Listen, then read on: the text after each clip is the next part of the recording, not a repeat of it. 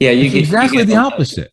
yeah, you've got a big divergence going on between the different markets, and it looks like they're just coming back down to the last, the FANG stocks, and that seems to be working, and keeping that triple Qs up, but you're seeing some, some weakness in some of the other parts of the area, and so I think it's getting it's turning into a much harder market, and I see a lot of stocks too. They have a nice move up, and then you lose your profit in about about a half a day on a lot of these things. So Yeah. it's becoming a much more of a real quick trading market. You get a move for a couple of days, and it seems like you have to take it because they'll bring it right back down again. So a more challenging environment. Thing. This XPEB is now starting to move here. But again, you see it's still in this little consolidation or handle phase, whatever you want to call it. We're coming right up to where that supply is. So I wouldn't be buying this. I mean, even if it takes off, I would not be regretful at all by staying away from this. I'm not going to buy it already up 5% and coming right into supply and not. That's why I want to see this tighten up and then come out from there. So this might come back up to this area where it's pulled back from, and who knows, maybe it pulls back again, or it needs more days to tighten up. So again, a lot of the discipline, this is, I think, the real difficult part, is staying away from this FOMO. And I think we should all maybe comment on this. I've over the years just become impervious to FOMO. I do not ever have FOMO, literally never. I don't care what the market does, what a stock does. If it doesn't meet my criteria, I stay away from it. Now, I may try to do some trades that are maybe not of the highest quality because I'm trying to, make something out of the market. I see some setups, and I don't know yet that setup maybe can be a little bit better. Sometimes you go in. I know there was a question that said, how do you know, you bought a stock early? Well, at the time, you're buying it because it looks buyable. But now maybe it stops you out, and then a couple of weeks later it tightens up even more, and now the stock looks even better, breaks out from there, and you realize in hindsight, wow, that I was early, and now it looks even better, and you come back into the stock. Well, we only have the information to work with at the particular time. That's the only information that we have to work with. So what I find is, a lot of people they'll watch these stocks and they'll make their list, and then everything starts taking off, and they feel this pressure to buy, and they start chasing. Dave, you said that back in the beginning in the 1980s when you first started trading, that a lot of stocks you were buying were extended. I mean, this BBW would probably be a perfect example of something that you and I maybe in 1985 would chase, and chase the gap up, or maybe chase this stock up here. And now the stock's already up 10%, and we're prone to a pullback here and getting stopped out, even with the stock acting normal, right? Yeah, I mean, back then that was usually the rule, that you could buy up to 10%, but that's it. This is a much faster market. These moves seem to occur a little bit quicker. And you just have to be right on the spot, because then they can come down so quickly too, and maybe it pulls right back down to that buy area. So you have to be right on the mark to be buying these things, or buying them on pullbacks these days.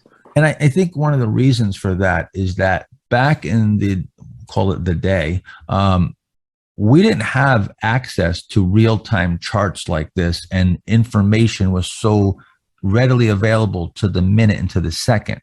So information moved slower, and there was more of I guess an inefficiency maybe there as far as that's concerned. So my rule was I would buy up to 5% above the pivot. Now my rule is 1%, maybe 2%. If I really love it, I'll pay up a little bit, but no more than 1 to 2% above the buy point.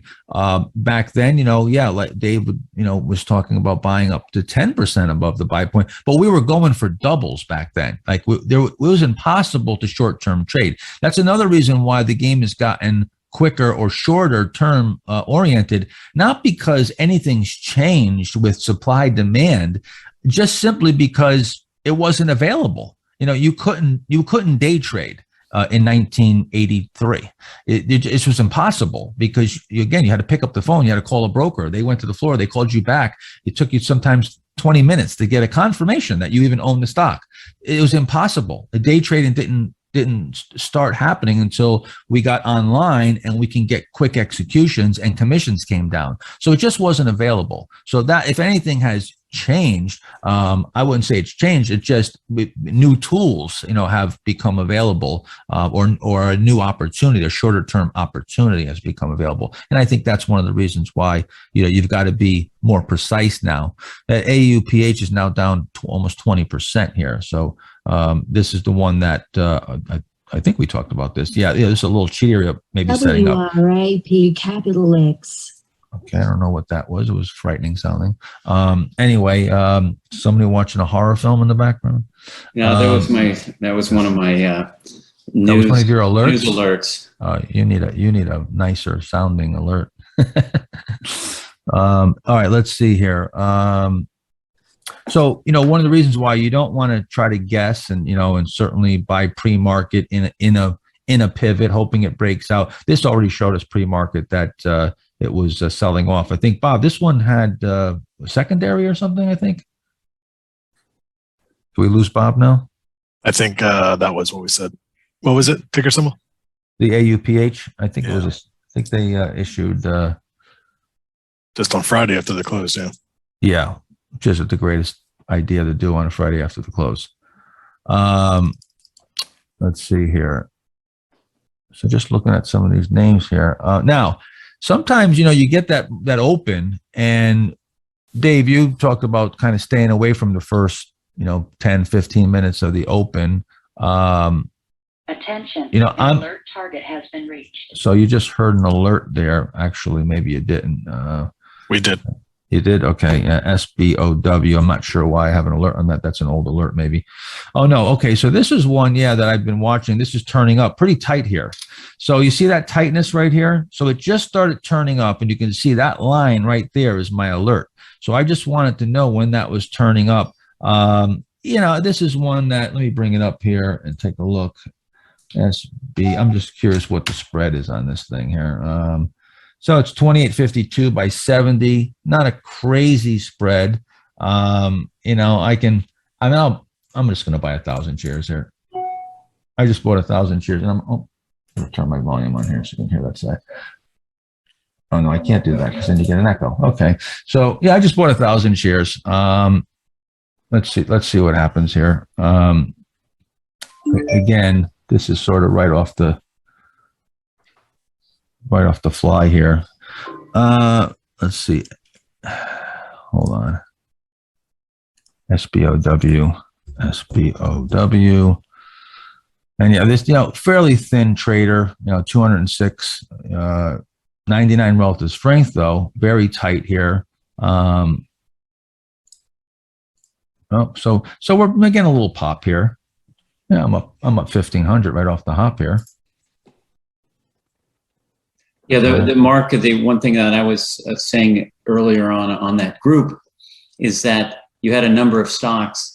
I always like to look to the group and see what the group is doing. You had a number of stocks that broke their 50-day moving averages last week, and it's just something to keep in mind. That was a stock that I also wrote down. Very, very tight. I think it looks good, but you just keep that in mind on the names that are within the group to see. Are you getting confirmation on other ones? Okay, real quick. Yeah, so I'm up a couple thousand on this. It's fluctuating a little bit between 1,600, 1,700 and a couple thousand bid and offer. So this is sort of just an off the cuff, this is actually a microscopic trade. I'm normally going to buy in something like this, 10,000, 20,000, 50,000 shares. Maybe we'll find something that I can trade larger, but I'm going to just put in right now, I'm going to put a stop on my break even. That's it. Right. I just put a stop on my break even, which I got in at, 28.83 was my purchase price. So I'm free rolling it. If you want to just scalp this real quick, we could take a little profit here, but I'm just going to free roll it right now. Now, using, for swing, I want to play this for a bigger move. I'm going to probably set my stop below these lows right here, below the 50-day. I would like to see it hold the day's low. But again, let's measure that. And 2883 is right here. So those lows right here, if we get down to this low right here, we're talking about 7-8%. So see, this is really important for you to understand. You see how I'm backing in here to even my worst case scenario here would be a stop that is commensurate with the math. I don't want to have a loss bigger than 7-8%. So right here, this technical out, these lows here are giving me a technical out that is still okay with the math. For today, and again, just so you know, I mean, I'm going to try to trade a few things here today, but I'm not going to lose money just to entertain you. So we're going to have to find something that's actually viable. And if I'm going to trade any size, it's going to have to be something that's got some liquidity and is set up properly. I'll take a few shots here with maybe 1,000 or a couple thousand shares on a few names, but I'm certainly I don't like to lose money. So I'm going to again trade this from a standpoint of this is like set up now totally for asymmetric leverage, right? So I get in here, I've got a profit. I set my stop now. It moves up. It gets away from the breakout. I put my stop at break even. I have nothing but upside and downside completely capped, at least for today. Overnight, there's gap risk, but we'll cross that bridge later. So if this stock jumps up here and it's up 10% today, okay, so now I've got myself a cushion. I can sell part of it, finance my stop. I can day trade it, take a quick profit.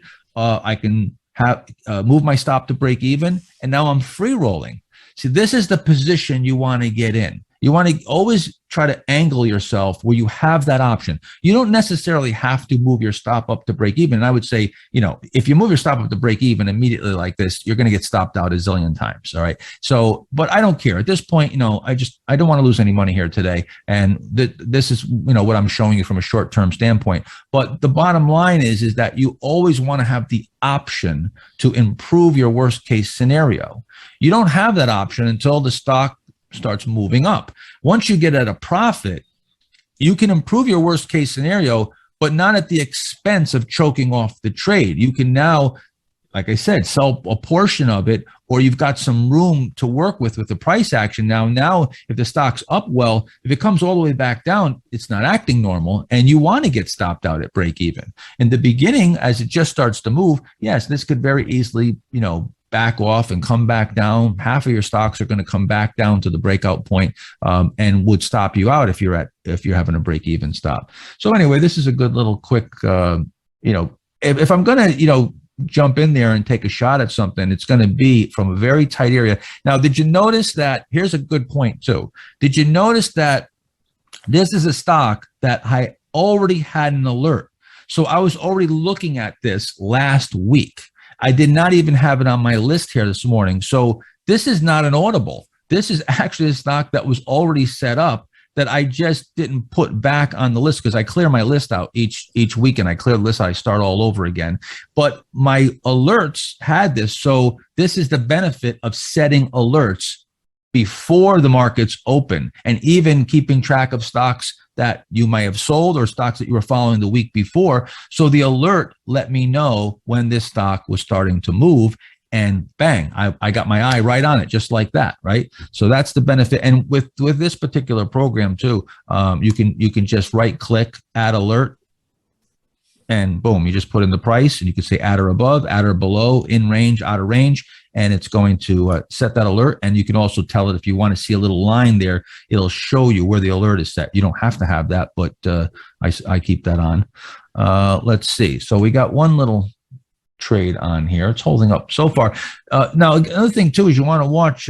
We talked about the volume, right? Everybody always asks about the volume. So we're at 9:52 in the morning right now. Take a look at the volume. It's already above average. So it's already traded several 100,000 shares. That's good. That's great. Now we already know that this volume is large volume, right? It's already hit average volume, and it's 9:52. If you extrapolate that and take that times the next, 5 or 6 hours, that this volume could be up 500-600% if it's running at this rate. So extrapolating the volume is how you figure out the volume early in the day. Now, we may get setups intraday or midday. Doesn't mean that you have to buy right off the hop in the morning. And sometimes you have stocks that gap out. This TMST is now up 10%. Nice, coming out quite nicely here, coming through that line of least resistance. But I'll also go and take a look at my on deck names and see things that maybe are just flat, and see if they're staying tight. Come down here. So ZIM's up 4.5%. So this is one that I have on my watch list. See, this formed a base, but it didn't have a right side. It just came straight out. So that's one that, even though I like the action, I like the basing, I don't have the low risk entry point. So it moves down on my list, and I can't take advantage of that right now. Yes. Mark, there's a feature on Marcus Smith that does, and Arusha, you could talk to this, provide extrapolated volume for the day. Do you use that feature? A question's being asked. Oh, are you asking me? I was asking Mark. Do you use that feature within Marcus Smith? No, I do not, but it would be good if we could talk about it. Yeah. So it is projected features, and this formula was written years ago. But the way I look at it, because right now it's like 1,500% above average. So that's where do we find that? Where do we find that? Look in the top right next to the volume. There's that third line right there. Yep, right. There you go. So 1,500%. And so the way it works is it's looking at it's saying, okay, if this volume were projected throughout the whole day at a kind of a constant pace, it would close 1,500%. So obviously that's not going to happen. The volume will taper off during most of the day and pick up again at the end of the day. So the way I look at it, though, is in that first hour, that first half hour to an hour, if it is something like this, 15%, it's probably going to taper off and close probably a little over 100% by the end of the day. Right. So it's going to have some good volume. So when I see that, it's like, okay, the volume's there. So you're having a pretty strong move. You're getting that volume confirmation, and especially if it's breaking out of a base, that's letting me know that, okay, I have that, and it's going to finish with some really good volume by the end of the day. And that's right here in the right-hand corner. You can see it's basically extrapolating the volume for you. I just look at the volume, and I look at and let me go back here. Sorry about that. I should have let's put this on SBOW. Let's put that on buy stop right here. In my little buy stop column. So we're up about 7% on it. So I just look down at the average volume. I look at where its relation is to the 50-day. So you can certainly, and I always have Market Smith up. These are the only two screens that I watch throughout the day. And I have my order entry on another computer that I like to have separate, so I can watch the stocks and I can place my order at the same time. And it's just right now I'm just trading on a trade station, and I'm trading in my USIC account, which is the only account that I trade, by the way. It's not like I have multiple accounts. That's the only account I'm trading this year. Let's see here. So you see here we have the 50-day average. I just look at where it is relation to the 50-day. And I've been doing this so long that I pretty much, extrapolate in my head, know where I want to be. Let's see what else. So that NUE, which we bought on Friday, is having a nice follow-through day here. I like what I'm seeing here. Although the 50-day is still flattened out here, and we're starting to turn into a downtrend on the 50-day. I would like to see this turn up here, and this right side may still have to develop. I would speculate that we can come up to this old high here, and that's where you might have to stall out and maybe even tighten up a bit more. So this could improve. See, here's a perfect example, and this is why I only took a half position, because it's not perfect yet, and I could very easily see this doing this. Well, I would actually like to see it do this. I would like to see this stock maybe pause out for a few days and then come out from there. And now you really have that nice you've got that little VCP within the VCP, and it gives me an opportunity now to buy more of this. If you start at your half position turning up here, and now you improve, and now you can add more, and now you're adding on the way up, and that's how I would scale into a position. Whether you get the low cheat and then the cheat and the handle, But that's sort of how I see this one playing out. Let's see. I always like to look at other stocks in the group. Let's look at STLD, which is Steel Dynamics. This is turning up off the lows here. Nucor's looking a little bit better. But again, I like to look at various stocks within the same group and see if they're moving too. Looks like we're maybe coming back to some of the Dow names now. Although we got the Dow's up 0.71%, the Nasdaq's up 0.76. So they're pretty much doing the same thing today after decoupling. FFTY, Investors Business Daily, is trying to tighten up over here. And I think this is really showing you like this is sort of game time here, because as we're building this right side in the FFTY, this should break out from here, and that should coincide with some stocks setting up and breaking out. If this breaks down from here, well, then you get this little pivot failure. Again, I'm deferring more to the individual stocks, but this is to get a read on looking at the IBD names, which are names similar to what I would generally traffic in. Dave, or actually Mark Ritchie, you haven't heard from you in a while. Are you doing anything here this morning? You're over there quietly like a mad scientist, probably making money and not telling us. Yeah, no, I'm not doing a whole lot. Well, Build-A-Bear is a good example. If it had come out cleanly, I might have bought some, but I'm not going to chase that gap, just like you talked about. And I think the general, I'm a little bit, I'm kind of in the mode where if I don't see exactly what I want, there's no reason to really get aggressive. So I'm just kind of watching existing positions, looking at a few things. There's some stuff I think is interesting, like we talked about, but nothing I'm really guns blazing going after right now. Yeah. On the short side, like I said, I don't want to get too much into the short side, but some of my favorite shorts are actually down quite a bit. Snap was one of them, which I think has had a big break here and is going to go lower. This reminds me similar of that LL Lumber Liquidators situation that I showed you during the curriculum. You can see here, that's a ledge. You got the big break and now it can't rally. And then you get the outside, weak here. This is looking pretty heavy.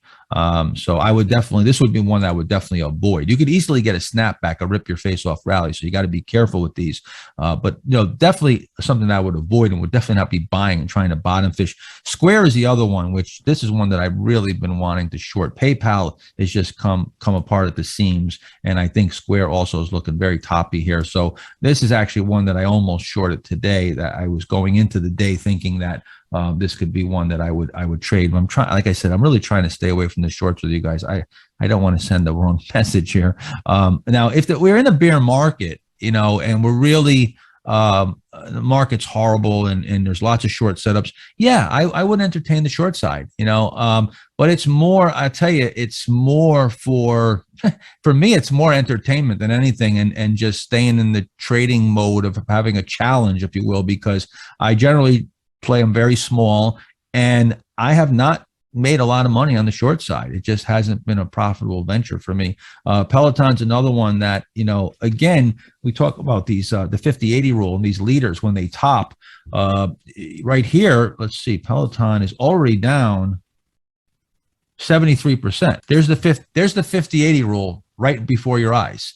Peloton was like the rage, right? Everybody's talking about Peloton, and this is something that I stayed away from because I so disbelieve that I had the Peloton idea like a decade ago. I tried to get my cousin to do a line of fitness centers that had virtual coaches that you would go in and you would put on, a headset, and then you go to each machine and each machine would tell you what to do with it. And you had a virtual coach. I thought it was a great idea. It was an idea that I actually came up with a long time ago as a concept, and told my cousin about, who was in the industry.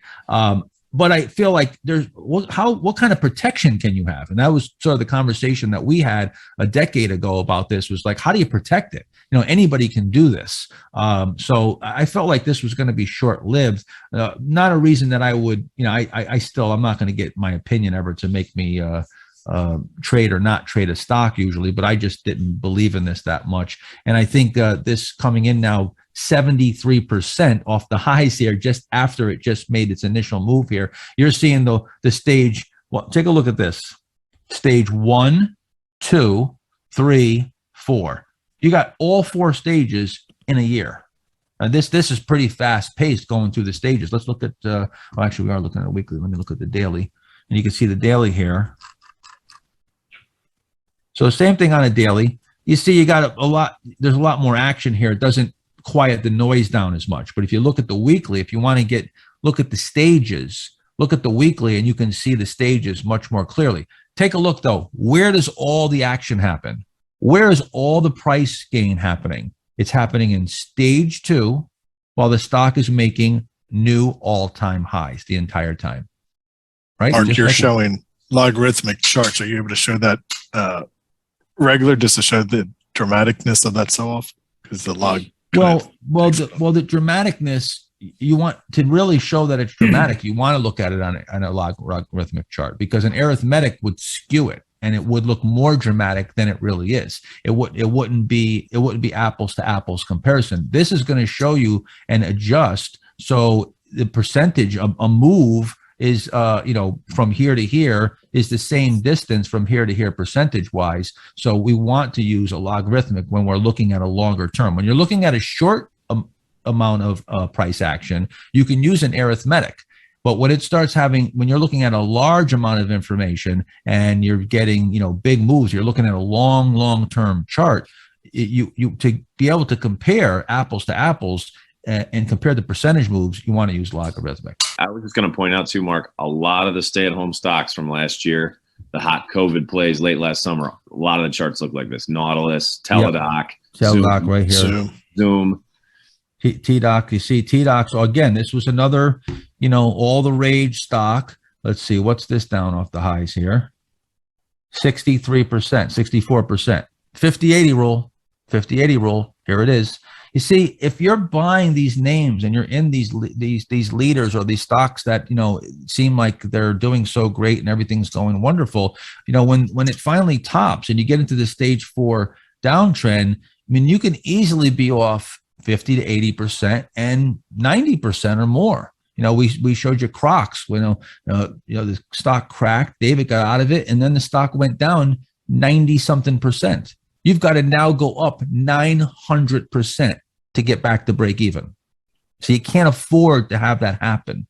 So for those of you that don't believe stocks can go down, and I know, you'll think, well, Amazon can't do this, Google. Yes, they can, and yes, they will. It's just a matter of time. It's just a matter of time. I assure you that at some point, Amazon will look like this. I'll give you a 100% guarantee of that. It's just a matter of time. Okay. And it'll be at the time where everybody's completely convinced that it can't do this, and they'll buy it all the way down and go broke on Amazon. Go ahead. Question, Mark. Zoom, would you call Zoom going from a stage 2 right to a stage 4? Was the question. No, not at all. This is stage 2 right here. Now, stage 3 is where, see, you try to build a base here above the 200-day, and you set up what would be a cheat area on a longer term basis, and then you break down. So now this is stage 3. Now you start moving sideways here, and the 200-day starts rolling over, and now you're living below the 200. The 150 crosses the 200, and now you're just the opposite. See through stage 2, 50s above the 150 and the 200, 150s above the 200. These are the criteria that are my confirmed stage 2 uptrend. You're in a confirmed stage 2 uptrend. See, all the action happens in a stage 2 uptrend at new highs. Now you start topping, right? You correct here. Now, if this correction is now wider than all these pullbacks, now you've got a pretty deep pullback. It comes to the 200-day. This is where a lot of amateurs, they'll start to think they can buy a pullback to these moving averages. Forget about all that. You should be buying it on the breakout of bases in the stage 2 uptrend, not after it's so obvious and everybody knows, and now you pull back to a moving. If it was as easy as just buying a pullback to a moving average, everybody'd be rich. It's the easiest thing in the world to identify, and it's not going to work over time. That's not going to work. But my point is that here it should be setting up a base and then breaking out to the upside, and instead it's rolling over here. And now you get into the downtrend, and now you see the 150s below the 200, the 50-day gets below all of those, and the price is below everything. Now you're in a stage 4. Remember, Mark, we were playing that out of that low cheat early, like at the very beginning of the year. Oh, yeah. I was playing it aggressively coming out of that, and I got stopped out, and I haven't touched it since. Yep, absolutely. As it was turning up. And then, of course, like I said, it doesn't work out where it should have rallied. It didn't rally, and now it's rolling over, and now you're getting very toppy. And for shorting, we're not looking at shorting until it at least starts breaking below the 200 and over here somewhere, and preferably once it's in the downtrend, now you start looking at these as potential shorts. Now, to contrast that, we take a look at Tesla. See, Tesla may look late stage, right? It may look late stage here. It's made a big move, and it's got a little climax move here, but it's not toppy at all yet. You see, it's still in an uptrend. This recent base, if this base broke down, then you'd start looking at this as a stage 3, but instead it broke out. So now this is just another big base within the uptrend, and we haven't gotten toppy yet with Tesla. Couple of quick comments. That measuring tool, guys, that is a feature on eSignal that is not available on MarketSmith. So that's a unique tool to them. All right, Arusha, put that in the comment box. He's already got it, I know. Yeah. Does MarketSmith have log charts, Arusha? Quick question. Yes. On the weekly, by default, it's log. It's correct. The scaling was actually, so it's a log, but it was, I think, tweaked a little bit by Bill himself years ago, just to kind of get it to his liking. But just like Mark said before, you want to put it all on a percentage basis, so that move from 10 to 20 looks the same as 100 to 200. Yeah, I don't mind the dailies being arithmetic, but on the longer term, I want log. I want log, especially on a monthly and a weekly. On the daily, I don't mind that, so that's fine. And I'll add one thing to I was trading Peloton and Zoom last year, and I tried Peloton at the cheat area that you guys highlighted this year. I think just looking at those charts and even IBD Live, I know people are asking all of this year, what about Peloton? Can we get back into Peloton? And this is the beauty of just using charts, having rules, because it's going to keep you out of these disasters. The whole goal is to avoid those portfolio destroying events, and this is a portfolio destroying event. Right here with Peloton, it never set up again. So, you just follow your rules, and you're going to avoid a lot of pain. And a lot of times the biggest thing is, surviving. Just survive long enough so you participate in good uptrends. And or if you get caught in Peloton with a decent position, that's going to take a long time to recover from. Yeah, and again, that's the broken leader syndrome. Remember, we talked about the broken leader syndrome, when you'll get a stock that's made a big move, and then it's popular, and then it comes down. It's down 50%, 60%, and then all of a sudden, all the amateurs are buying it because they got this bargain. They've got Amazon. Once Amazon is down 50, 60%, I can assure you that's probably when the secular move is over. That's not the time to buy it. So. Again, once the stock becomes really popular and it's obvious to everybody, and everybody, it's the official growth stock or the official, leader, that's when you got to be careful of buying them, once they break, because that's where the institutions are getting out. They're unloading, they're unwinding those big positions. This right here, again, as O'Neill used to say, I think he used Aunt Sue, I use Aunt Betty, someone's aunt. This is not Aunt Betty selling. Okay, that's big institutional volume. And my breakfast just arrived. I got some grits here, some Southern grits. Can I get a water too? Arusha, the big question of the day: what is the latest update on MarketSmith plans for revamping their charts? Well, now since I'm not officially part of the company anymore, I'm not privy to the most up-to-date stuff, but we were working on it. We were working on a completely new platform, and I think that is continuing to go on. Now, the timeline scares me. I'm getting scared now because I like it. I hope they don't start screwing it up. Yeah, me too. But yeah, but here the reality is, when Dow acquired IBD, it's timelines are going to change. They're probably going to take a step back and see, how can they add some of their stuff. They paid a lot of money for IBD and Dow, and so naturally they're going to want to have some influence on some of the platforms and products and things like that. So I smell no we idea. might have to start our own company. They start messing it up. I have to go into the charting business. I don't think they will. I mean, the good news is that IBD is, for the most part, going to be run independently, and all of the other kind of News Core companies and the Dow companies are running independently. So I think it's not going to, but there'll probably be a few requests to add like some premium features to some of the products and things like that. Yeah, they're smart. They'll leave well enough alone and not get too crazy on exactly. it. That zooming in and out feature that Mark uses on eSignal all the time, that thing right there. Oh, and that's definitely, like, whenever they release the new version of Marksmith, that's definitely, because that was like the top requirement when I was putting it. Yeah, being able to zoom in, zoom out, scroll like that. So that whole kind feature. of foundation thing. Yes. Oh, yeah, because all I have to do is hit Alt and my scroll button on my mouse and see. I'm a real expert with this program. I've been using it for so long. Prior to this, I was using Q charts. So I know this program I know really well, and MarketSmith. So I'm just looking here. This is a stock that we bought. You can see here on 11/18, which I'll just mark that. Put a little line in here, 11/18. So that's right here. And I just want to show you again, these buys are all, just textbook buys. You can see here, it goes through this big base, right? Right side, you got a shakeout right here, comes ripping back, just like Dave talked about. We get a shakeout, we undercut a previous low. We want to see it come ripping back real fast. Look how fast this comes back. Then we tighten up and we quiet down. See how we quiet down right here? Look at the volume. It all comes way down. And now we get the little 1-2 punch and we break out here. So bought it right here.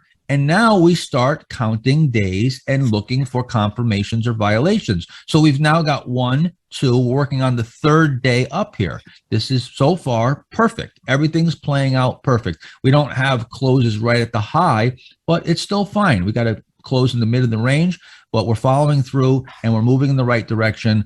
Up right now, 5.95%, call it 6% from the breakout on the position. Apple, another one, bought it coming out here, and now look at the follow through. 1, 2, 3, 4 days. It's 5 days up, actually. 4 days up since the breakout.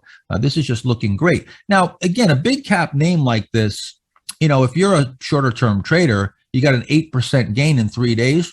You can easily take this profit. I mean, this is a great little short term profit. It's definitely now extended. I would not chase this up.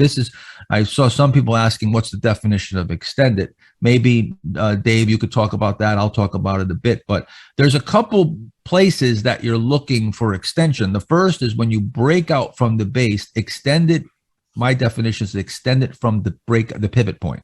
Extend it from the buy point. How far are you away from the buy point? I don't want to buy more than 1% to 2% above the buy point. Preferably, I'd like to be a few pennies. All right, I'm trying to get in right at the buy point. So you might get some slippage. You can't help that.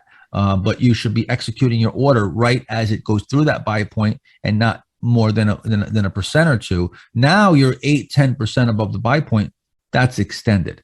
Now you can also look at how far it is from your respective moving averages. If you're way above historically, you've gone, your peaks in the stock have happened where they're above the 50-day or the 20-day by 30 or 40%. Now you're 70% above. If it's not a power play, and the stock is accelerated its advance, you're now extended from your respective moving averages as Mark, well. I didn't want to interrupt, but Go ahead.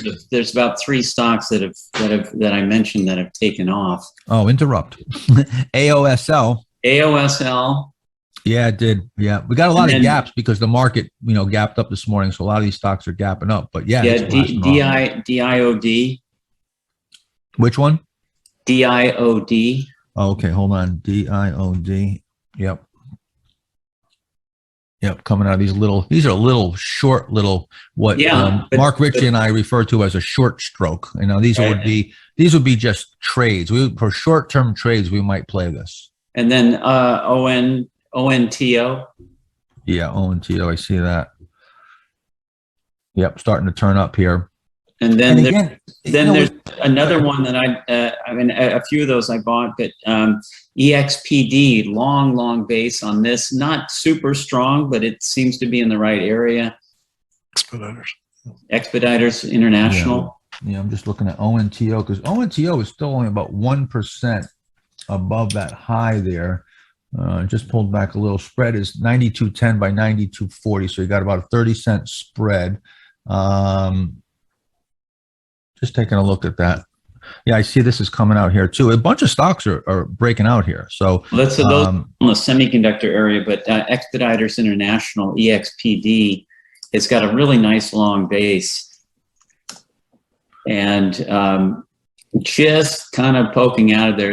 I mean, it hasn't traded a whole, it hasn't traded a whole lot. So yep. It's been there a few different times, but you've got about 3 cups and handles in that formation since the middle of September. I see a cup and handle, a cup and handle, and a cup and handle. Yeah, question for you, Dave, on that. Would you consider the low RS a problem there, or because it's in the base? You know, normally I would look at that as a potential possible laggard. Yeah, I mean, relative strength is 80, but you know, if the stock has got a really nice base, then I'll take at least a starter position in it and see if it can come up and out of there. Anything that's gone sideways for the last 5 or 6 months is going to have a lower relative strength. I mean, it's the same thing as Nucor. Nucor, yeah, it has a 93, but its relative strength line is not anywhere near the highs, even though it's starting to get a little bit closer. So it's kind of it can be very subjective, but I like longer bases, and because I just think with longer bases, you get longer moves. I mean, here's another one. I can't even pronounce the name of this, but this is a South American. Hey, just real quick, sorry to interrupt, but just breaking news. Mark Ritchie just sold half of his Apple. For us. Yeah. We're starting to move as well, Mark, on that little low cheat. What's that? That CDXS is kind of moving a little on that low cheat as well. The CDXS. That was one we talked about pre-open. Sorry to cut Dave off there. CDXS. Sorry, Dave. This is like live news. Oh yeah. So just want to see something here. I'm not buying it, but it's aggressive. It's tradable. Yep. Let me just see CDXS. So this also this ONTO is turning up a bit more. I was just going to buy that, but like I said, I'm yapping away here, so I don't like to get too sidetracked. The CDXS. Yeah. What was that? What was the relative strength on that CDXS?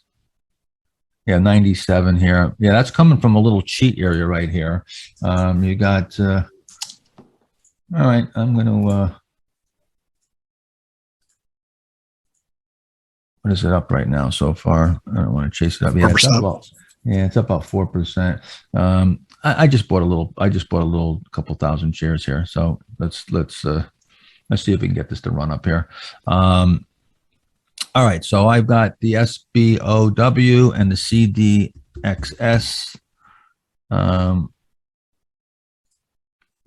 and my stop is below the low of today right now. As I'm going in here, I know my stop ahead of time. So I'm moving up a little bit here. I mean, we're getting a lot of pin action here today. I have to say, we're getting, look at AOSL. You also have something like a TIL, which, again, like I said before, you want to wait till the stock moves out. You see this stock didn't move out, and now it's down 10%. We're also talking about AUPH. That was a potential little cheat area. This gap down, it was down even more than it is now. It's down 25% right now, and that's off the lows. So again, there's on both sides of the coin here, you've got risk and opportunity. The whole idea is to cut off that downside and expose yourself to that upside. And you see, we're we're selecting from a list of companies. If you remember my interview with Larry Height, we talked about how he ran a study and just put a 2% stop and did a random screening. And I did a dart throwing test where we literally put up. And Dave, I know I interrupted you and completely pulled away from what you were saying. I'm going to come right back to you. I'm sorry. I apologize, but we're going to come right back to you in just a second. So I threw darts and then set stops and found that that was profitable using a dart throwing. That was something that, people did many years ago. You throw a dart at the Wall Street Journal and use it as a trading strategy. That works best if you pre-select the list. So now you select a list of stocks that are all high momentum, high RS, stocks that are moving. And that's what Larry Height said. He said, you used a list of stocks that were moving. That was his point. And then I threw darts. It wasn't like I just threw darts at stocks that were at 52-week lows. I was throwing darts at stocks that had the potential to make big moves. Then I set that stop and use different stop loss levels to dial in where the optimal stop loss would be relative to where the average gain is on the winning side. So even if you threw darts and you were right 30% of the time, there is a mathematical level of a stop loss that would work if that upside would, whatever that upside would come to fruition on that 30%, on the 70% of the loss side or percentage of losses, you would now find that mathematical number. And that's what we're trying to do here. We're something like this CDXS, again, this is in a powerful uptrend.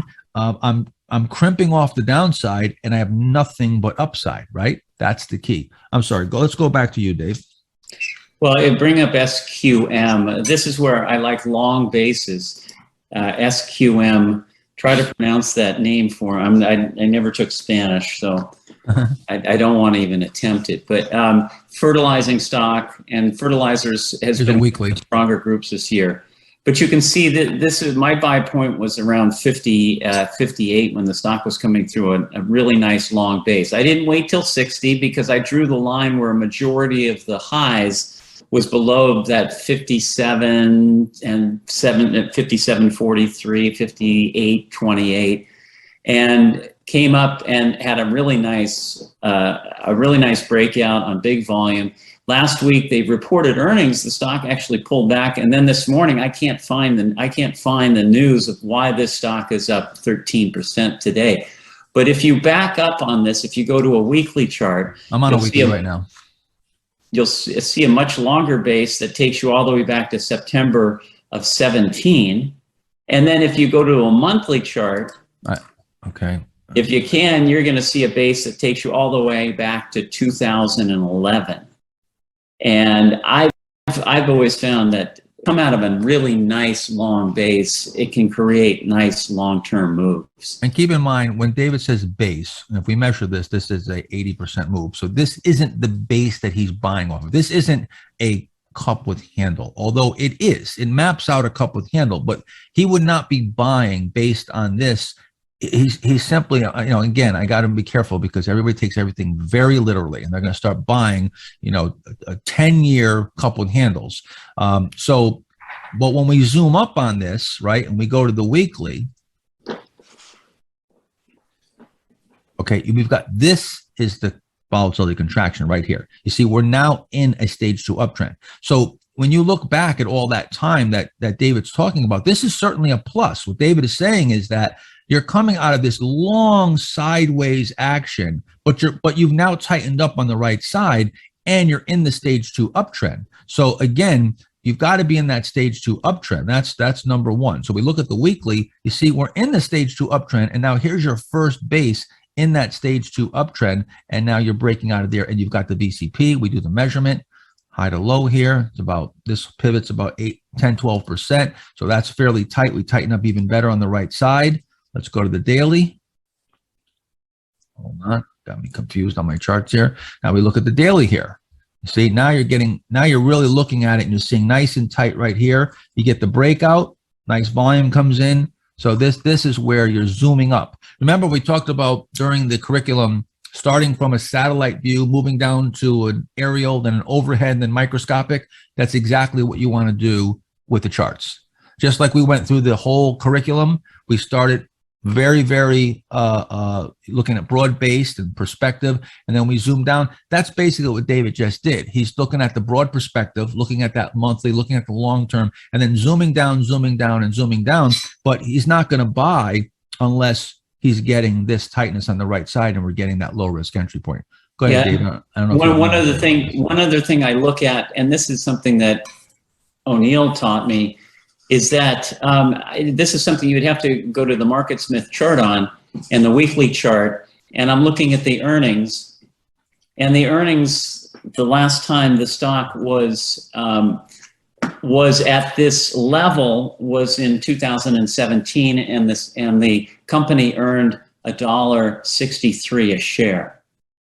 And if you look at the estimates going out for next year, the stock is going to they're estimating the stock is going to earn $2.84 a share. Right. So here you have a stock that's trading at the same price, a very similar price, or just going into new highs above that old price, and the earnings are supposed to be another 50% greater than what they are. What they were in 2017. So saying that you're buying a stock at the same price, but the earnings are going to be much higher in the next year. So that can be an advantage to help give you the confidence that this stock is going to break through and keep on going. Yeah, and that's a breakout year. That's simply what we talked about. Dave and I talked about this in fundamentals. It's a breakout year. Now, sometimes you see them on an estimate. Sometimes you'll see them, they'll come up in the current year. But what you're looking for is, when you're looking for that breakout year, if you see it on an estimate, you want to look at the current quarters and see if the quarterlies are coming in. So you see, you've got the acceleration. Look at 0, 53, 63. Of course, it's versus a penny. So it's a huge number, over 1,000%. You've even got some acceleration in sales, and your margins are looking really good too, really strong. You've got acceleration in the most recent quarter in margins. So you've got everything there. The thing you have to be careful is this is more of a cyclical name. So the question is, how long can that keep up? And that's the only caveat that I would say here. But otherwise, it's got all the criteria. Let's see, what else? So we what started off what I thought was going to be a dull day has actually livened up quite a bit. A lot of stocks are moving and they're holding. So you get something like a TMST up 11%. It's just not a flash in the pan breakout so far. I mean, we still haven't gotten to the close yet, and that's the important thing. But so far, holding up, and that's the best thing that a stock can do, is it breaks out and it holds.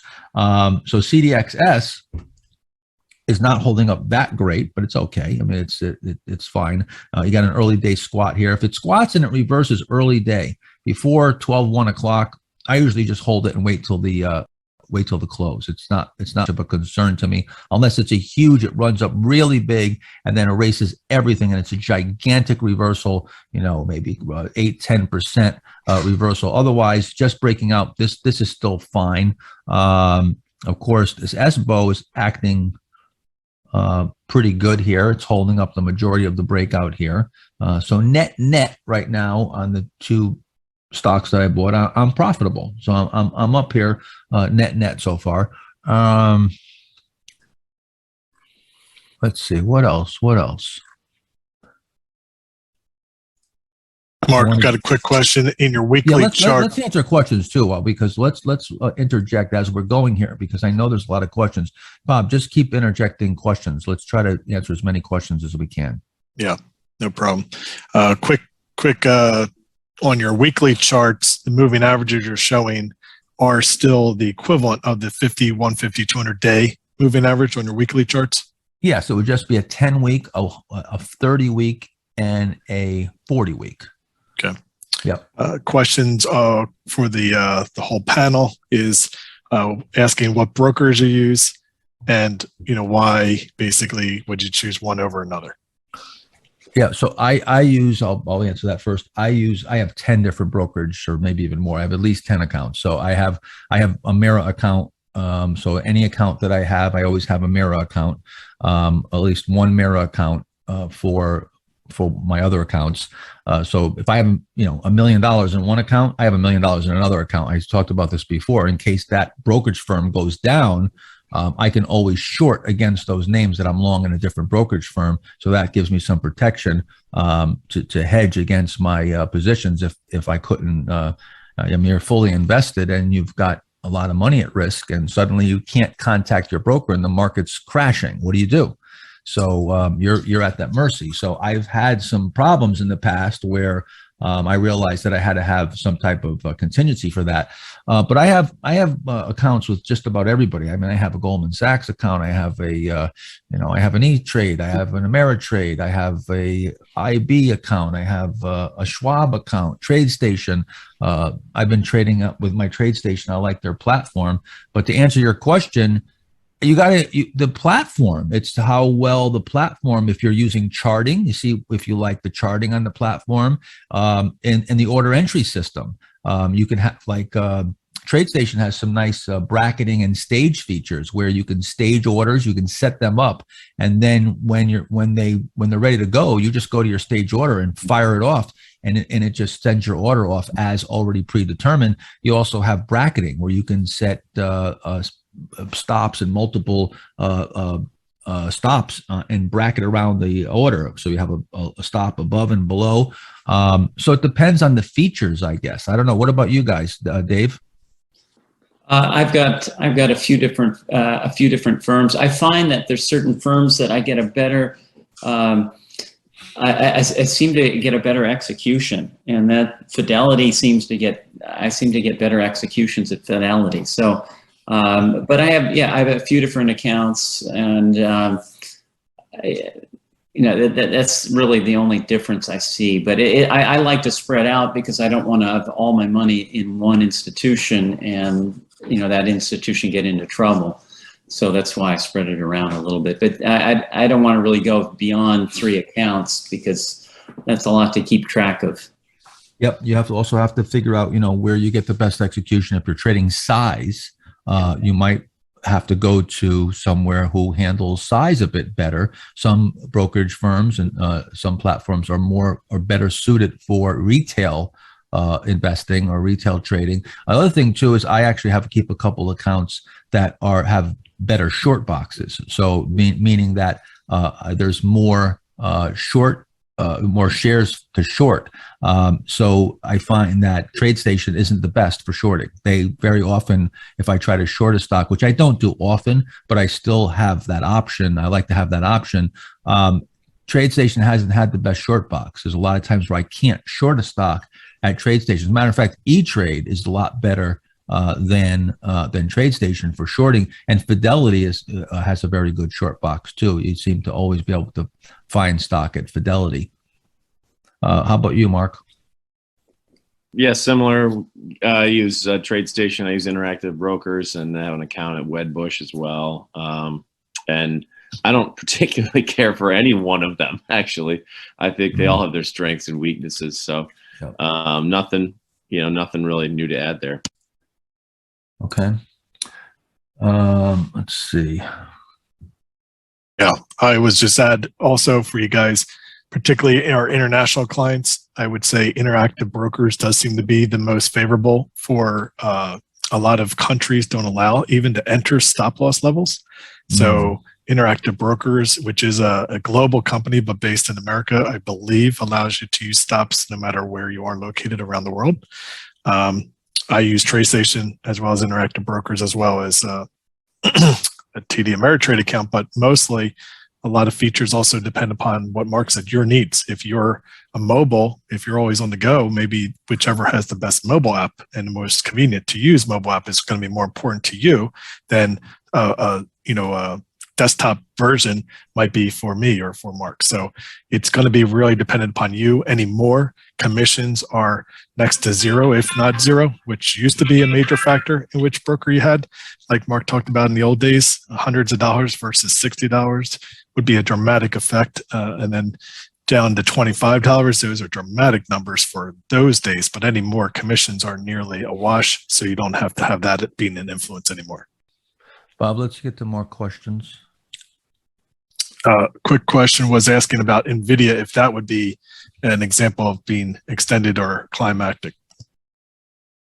I think it's it's definitely extended. That's for sure. I mean, you've got the last viable setup you had was right over here off of that low cheat. You had a little bit of a gap here. I was actually entertaining this here. It came up on a gap, and then right here, wedged up a bit. But these were your buy points coming out of a base. So now you've run up. You got this, this pullback. You've gapped. So you're absolutely, getting extended here. I mean, this is this move right here is a 80% move. Let's go to a weekly.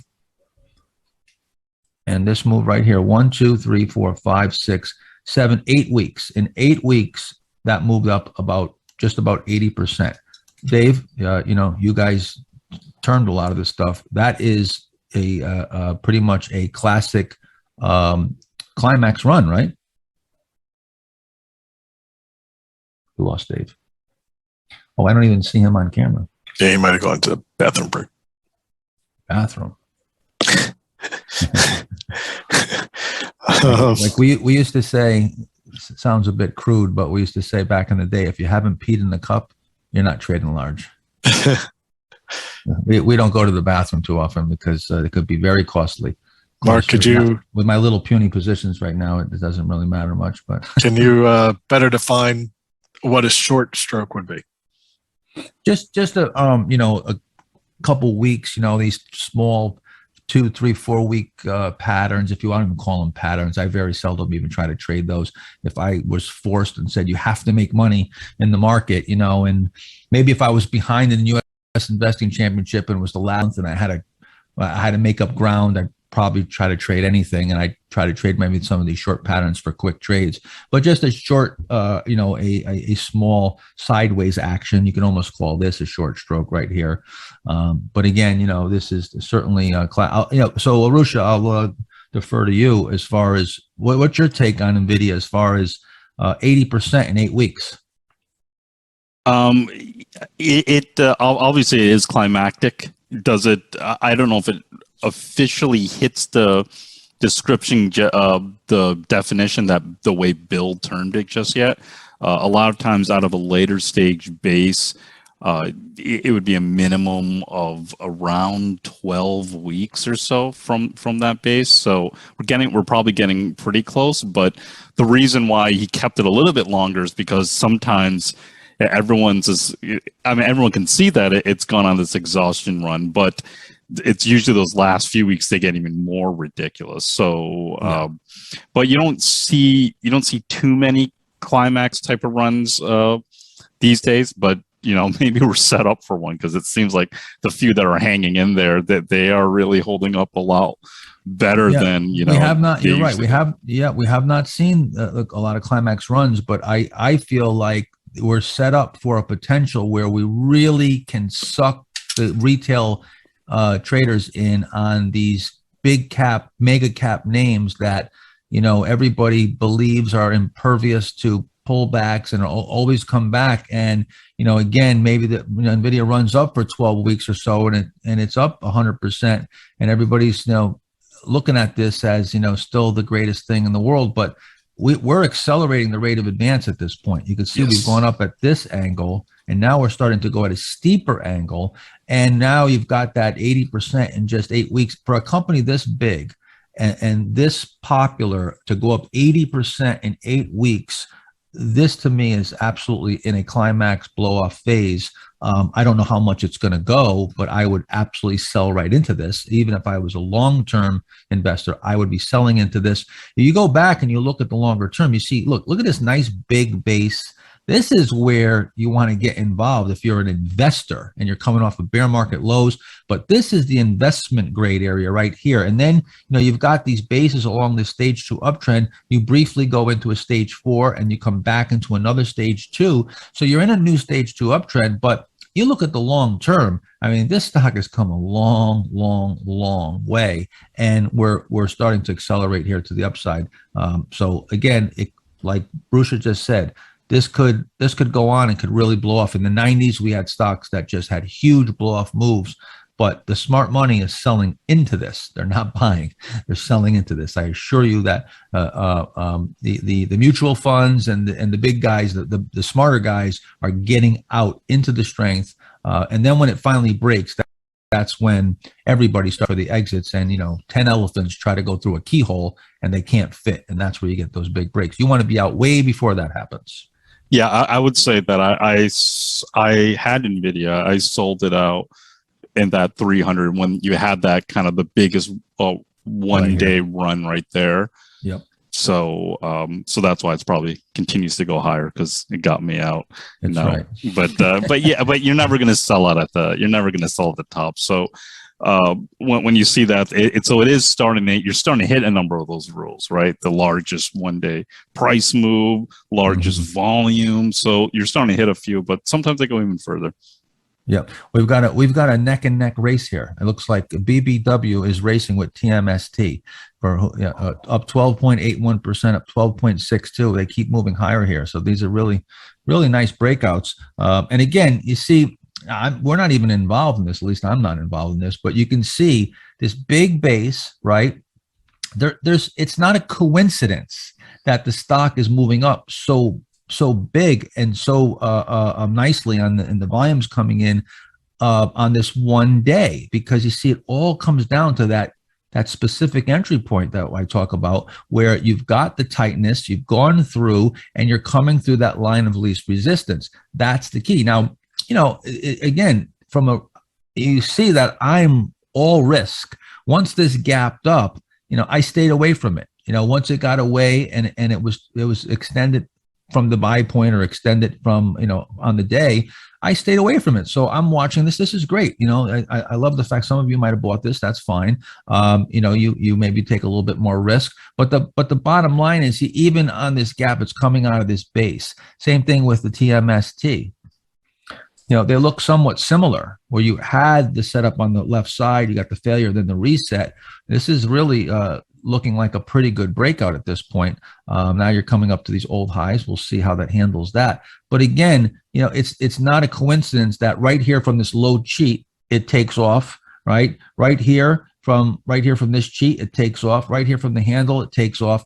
The reason why is because supply stopped coming to market, and you formed a line of least resistance. Once you learn how to read this and read this properly, you're not going to be right all the time, but when you are right, there's times where you're going to be very right, and you're going to cap that downside, expose yourself to the upside, time your trades so you're not wasting a bunch of time with dead wood or dead money. You're in the areas that have the potential to move, and you'll have asymmetric leverage, asymmetric volatility, and you'll be able to compound those returns. So far, this breakout's looking really, really good. That's why you see, you can never tell. You've got to just buy the stocks. People ask me, what stocks are you picking? I basically make a list of stocks that meet the criteria, and then I let them pick me. I try to let them pick me, at least, and that means the stock that breaks out first, that's the one I'm buying, as long as it's coming, it's not extended, it's coming through the buy. I'm going to chase it up. If that one takes off like these did, I'll take the next one, as long as that breaks out correctly, and I have that risk is of acceptable amount of risk. That APRN. Oh yeah, that's so this is that blue apron. So this is coming from a little cheat area too. And again, this moved up a couple 100%. Let's see, off about 30%. So this is a little deep. This is a 30%. You had that one day and it did recover. If I was to cut it a little bit of slack, I still am off about 26%. So this is a little bit too deep. I generally would avoid this, and it's low price. So being a, excessive pullback, low price, again, if you break your rules, you might say, well, it's your rule's 20%. Well, it's just 25%. Let's break the rule here. And then you go from 25 to 30, and before you know it, you don't have any rules. So you got to draw the line. This is all about drawing the line. Stage 2 uptrend. You start trying to go too early, you're not buying in the stage 2 uptrend anymore. You're buying in stage 1. You go a little bit earlier than that, you're buying in stage 4. You your loss, you want to keep your loss at an average of 5-6%. Before you know it, you start expanding those parameters. Now your average loss is 7-8%. Remember we talked about saving bets?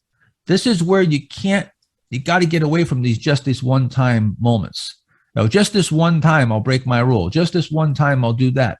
They all accumulate. Just these one times all start adding up, and you don't realize it, but that's where your return is going. Just like poker, you'd have a profitable night if you just played. At the end of the night, you look and you say, I didn't make any money. But then you go back and you look and you made a bad call 47 times during the night and you threw an extra $25 in there. That was your profitable night right there. That was your profit. If you just had stayed disciplined, you would have had a profitable night. Okay. But instead, you didn't save bets. It's the same thing with it's the totality of all these things that we're showing you, that when you bring them all together, it's incredibly powerful. All right. So you got to get your game tight from all directions. It can't just be in just one area. It's got to be in everything. And you've got to be disciplined down to every single thing you're doing needs to be super, super tight. And once you get that, then you've got that full, then you have a shot at being a Michael Jordan. You have a shot at being, a superstar, but not until you're a superstar at keeping your discipline. So we're going up, Bob, more questions. Let's keep going questions. And then we're going to go into, I like to probably around midday, like maybe 12 o'clock, we'll go into MarketSmith. You're going to be able to do that, you think, Arusha, around 12 o'clock? Yeah, probably more like 12:30. I think I have like a 12 o'clock meeting. I'll just have to hop on, but around 12:30. Okay, 12. Yeah, let's do that. I want to do it in the middle of the day when it's the slowest for trading, right. And we'll hop on MarketSmith and let Arusha take us through MarketSmith and start looking at some of it. And we'll do some screening too. Dave and I'll do some screening, and Mark, and we'll go through some screens. But some more questions, Bob. Yeah, one question is asking everyone if they are using market orders, buy stops, or also on the alerts on your desktop. Is it just an alert, or do you already have an order preset for everybody? Okay, so market orders. So if I'm buying just a couple thousand shares, and I'm using a market order. Even if I'm buying a larger amount, I'm usually using a market order, but I'm breaking it down. So like I said, if we come up with something here that I can take a bigger position and I can show you, but if I'm buying, let's just say 20,000 shares of a stock that's maybe not a Goodyear tire where it's super, super liquid, I'll probably buy 5,000 and 5,000, and I might buy those at market. I probably will, or I'll set an alert. I might put a limit at my highest price, even though say it's trading at 20, and I'm willing to buy it up to 20.50. So I'll put that order in there, and I'll sometimes stage the orders. If I already know exactly what I'm looking for, I always know what stocks I'm looking at to break out, but I might set the buy orders up ahead of time, stage them, and stagger them. So now I'll put a couple orders in at 5,000 shares each. I need to buy 20,000 shares. It's 4 buys, but I'll put on those staged orders at 20.50 top. So as it starts to move, I hit the order, boom, 5,000. Okay, it's still within 20.50. I hit another one. And even if it goes past there, if I send out that buy order, it's not going to go off because, of course, I've got the cap at 20.50. So that's the way that, that I generally do it. Dave, how about you? I stagger them. I usually go, I start a position off at 5%. And then if it continues to follow through, then I quickly try to get it up to a 10% position. But I only add if the stock starts working out. And I try to add as soon as I really feel that the stock has got some real power and it's going to take off. But if I buy it and it just sits there, doesn't follow through, I'm not adding to that. Are you using market orders? Market orders. The question was about market orders. No, everything's market. I don't, O'Neill said this a long time ago. You're sitting there haggling over a nickel or a few pennies, Right. It's not worth it because sometimes you put in a limit and you think it's going to come in. It never comes in, and then you end up missing a huge stock. So I'm always buying on market. I'm selling on market. Yeah. Dave, you're not projecting. Yeah. It's just because I'm eating breakfast. And Okay. I don't want everybody to see me chewing. Fair enough. Dave, we're very interested in your chewing. Yeah. So I'll turn it on in a few minutes. No. So how about you, Mark? I'll do what you described, Mark, sometimes where I'll set a limit order to the price I'm willing to. So say the pivot's at 30, but I don't want to go above 30. I might set a limit order to buy up to that price. But yeah, pretty much the same as you guys said. I don't, depending on how much size though, I'm not going to clobber the market with a market order.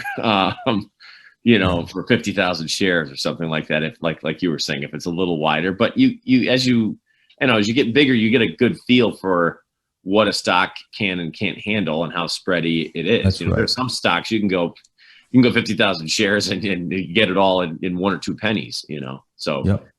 Yeah, you have to look at the liquidity of the spread, So again, if you're trading size, it's a different story. If you have tens of thousands of shares to fill, that's a different story. Then the liquidity is an issue. If you're trading 100, 500, 1,000 shares, even a couple thousand shares, you don't have that problem. You're just firing them off at market. You're not going to, and the slippage is going to be quite minimal.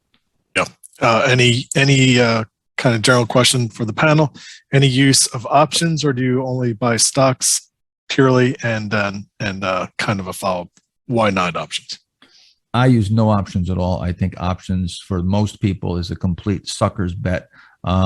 The reason why, I guess, there's people that are pros at options, and there certainly is a place for them for some people, but for the grand majority, I've seen most of the blow-ups and the disasters that have happened with individual investors have happened with options at a much accelerated rate over stocks. But options, the reason why, and see, I'm trying to create the same type of leverage or same type of situation that you have with an option with a stock trade. And by cutting off the downside and putting yourself into a situation that has that big upside, I'm basically creating that option, maximum risk, know your, the amount that you can lose and expose yourself to the upside. That's the pitch for options, right? You can only lose everything. Your downside is capped to everything. Yes, but the problem with an option is that it has to happen within a certain time frame. And as you're getting closer to that time frame, your investment is eroding. So you're under this time pressure. With a stock trade, I don't have that time pressure. My money's not eroding if it doesn't move on cue. So unless your timing is absolutely impeccably perfect, options still are a tough bet because you have a premium. And so this is the real problem. The real problem, it's just like many, many years ago when I was very young, I used to handicap horses. Those of you that don't know, I was into gambling, blackjack. I played on a blackjack team. I actually wrote a little book, and if you ever see those strategy cards, it was where they tell you how to play every hand. My father and I invented the very first one, or I think it was the first one. The first one that was widely used was called the blackjack card. And I used to write for Gambling Times. I used to write articles for Gambling Times when I was I think I was 19 years old, 20 years old, on strategy. And so I was into odds and probabilities right from a very young age, and was heavily involved with those type of activities. And I was handicapping horses for a while. My brother loved horses. We used to go to the track and off track betting, and he was a losing gambler, but I got interested in it. And what I found was, here's the problem. Just imagine you bet, this weekend, yesterday, you bet the Patriots, getting 10, and then just before the game, the kickoff, all of a sudden you're giving 10. Like that wouldn't seem fair. Now, would it? Right? When you made that bet, the odds were certain odds. You think that when you make that bet, it would lock that in. But with horse at the track, horse betting, the odds change as the money comes in, and more money, regardless if you get on it early. You're not locking in the odds. Your odds are, if you put in the bet a half hour before post, whatever the horse goes off at, that's the odds you get. Even though when you made the bet, the horse was 10-1, now it goes off at even money. That's horrible. I mean, you're not getting rewarded for your clairvoyance, right? So I realized that was a losing proposition, because the house could take a look at everything, recalculate the odds, and then adjust them in their favor. That's an option. That's what happens with the premium. The premium gets shifted. So if you do have a lot of opportunity, well, now you've got to pay a larger premium. The volatility is adjusted. The premium is adjusted based on the volatility. So there's a whole bunch of reasons why it's not a good idea. I can get that leverage with stocks by loss cutting versus the reward and creating that asymmetric leverage. So I know that's a long answer and a lot of color there, but that's my take on options. How about you guys? How about you, Dave? Rarely do I do options. It's just, I think I learned long ago that you concentrate on doing one thing and one thing right, and not play options and then be in the futures market and then be in the cryptocurrency market and be all over the place. You're never going to do anything well. So I just concentrate on just buying and selling stocks and concentrate on doing that and doing that well. How about you, Mark? I know you trade options on occasion, right? I use them from time to time. Yeah. The one quick thing I'll share, guys, is remember, Mark Minervini started with a $30,000 account, grew it into over $11 million in 5.5 years. You don't need the leverage, which is the best part of what options is about, to create wealth. And you do have, with options, credible illiquidity issues. One thing also, if you haven't been following Mark for a while, but a number of names that we trade don't even trade options. So you don't even have the option to even use an option as an option, as a choice to trade. But also the spread, like Mark's saying, the premium, when you're buying an option for 50 cents and immediately selling it for 40 cents, if you're wrong, that's a 20% hit, just like that.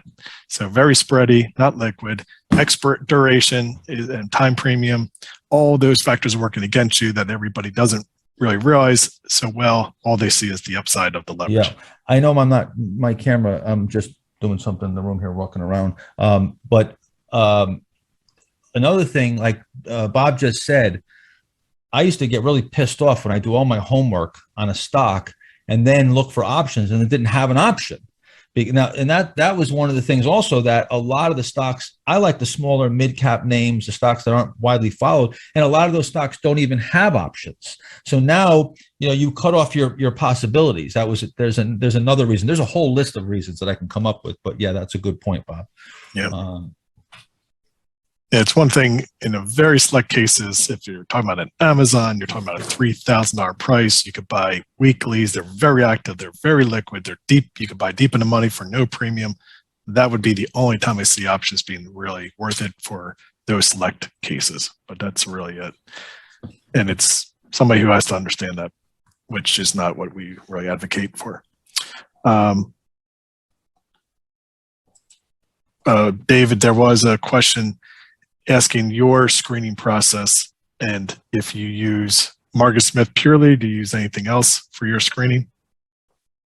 No, it's Market Smith, and I go through a lot of the very general screens. I usually go through Market Smith, the 250, and that I usually do first. And this week I actually had the time. I went through all 2,000 stocks in Market Smith, and I did that because I'm now using an iPad.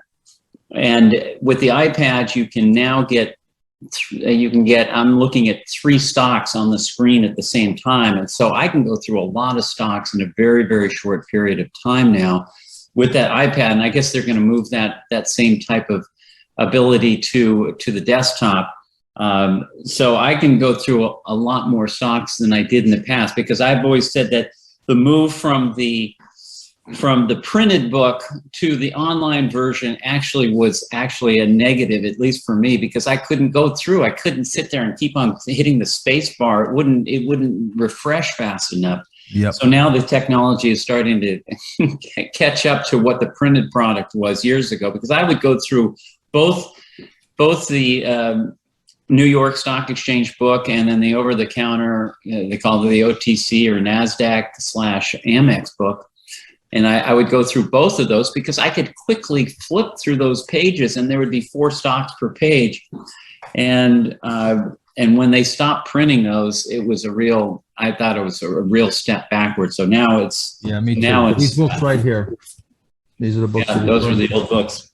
I would love to go. I'd love to go back to the books, Dave. I was heartbroken when the books got discontinued. Yeah, so now it's the books have turned. I just use my iPad, and you can get them.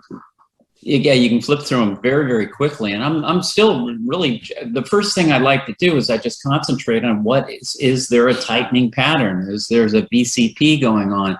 And then once I see that, then I can go to a bigger version of the chart. And sometimes I go through.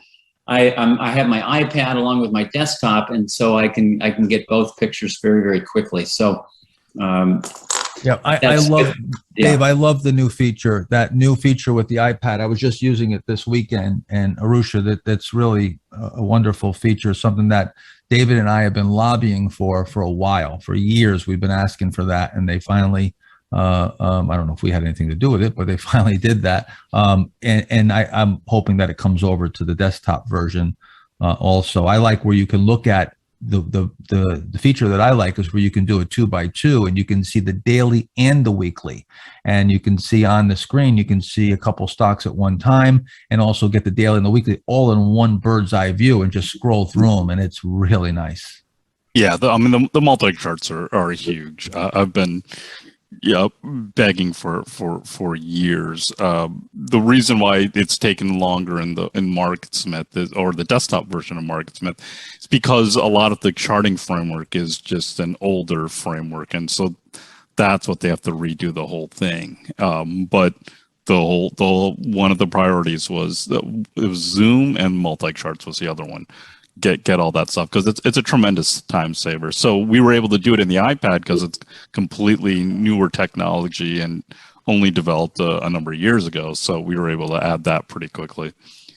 Real quick, TMST up 14% right now, is up about 15% just a few minutes ago. Again, you see the power in this. Just think about it, 15% in a couple hours.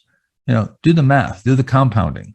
I've heard constantly, people saying, "Oh, this market's so tough. There's no, there's the short-term trading opportunities. They're everywhere. Look at this. I mean, this is where if you're even a short-term trader, you have incredible opportunities. Here's my list today, my buy alert list: 14%, 12%, 6%. There's only one stock down on balance. Just throwing a dart here, and picking a couple names, you're making money. But bottom line is that, this happens every day, every year. You're always going to have stocks that are setting up and that can make these moves, even if you're short-term trading. But again, you're trying to angle yourself into being able to, now you can improve your worst case scenario. This is what I want to keep pounding on, this point of improving your worst case scenario. So now you've come out of the base here, right? Now we start to watch and say, okay, is this acting normal? How do we close today?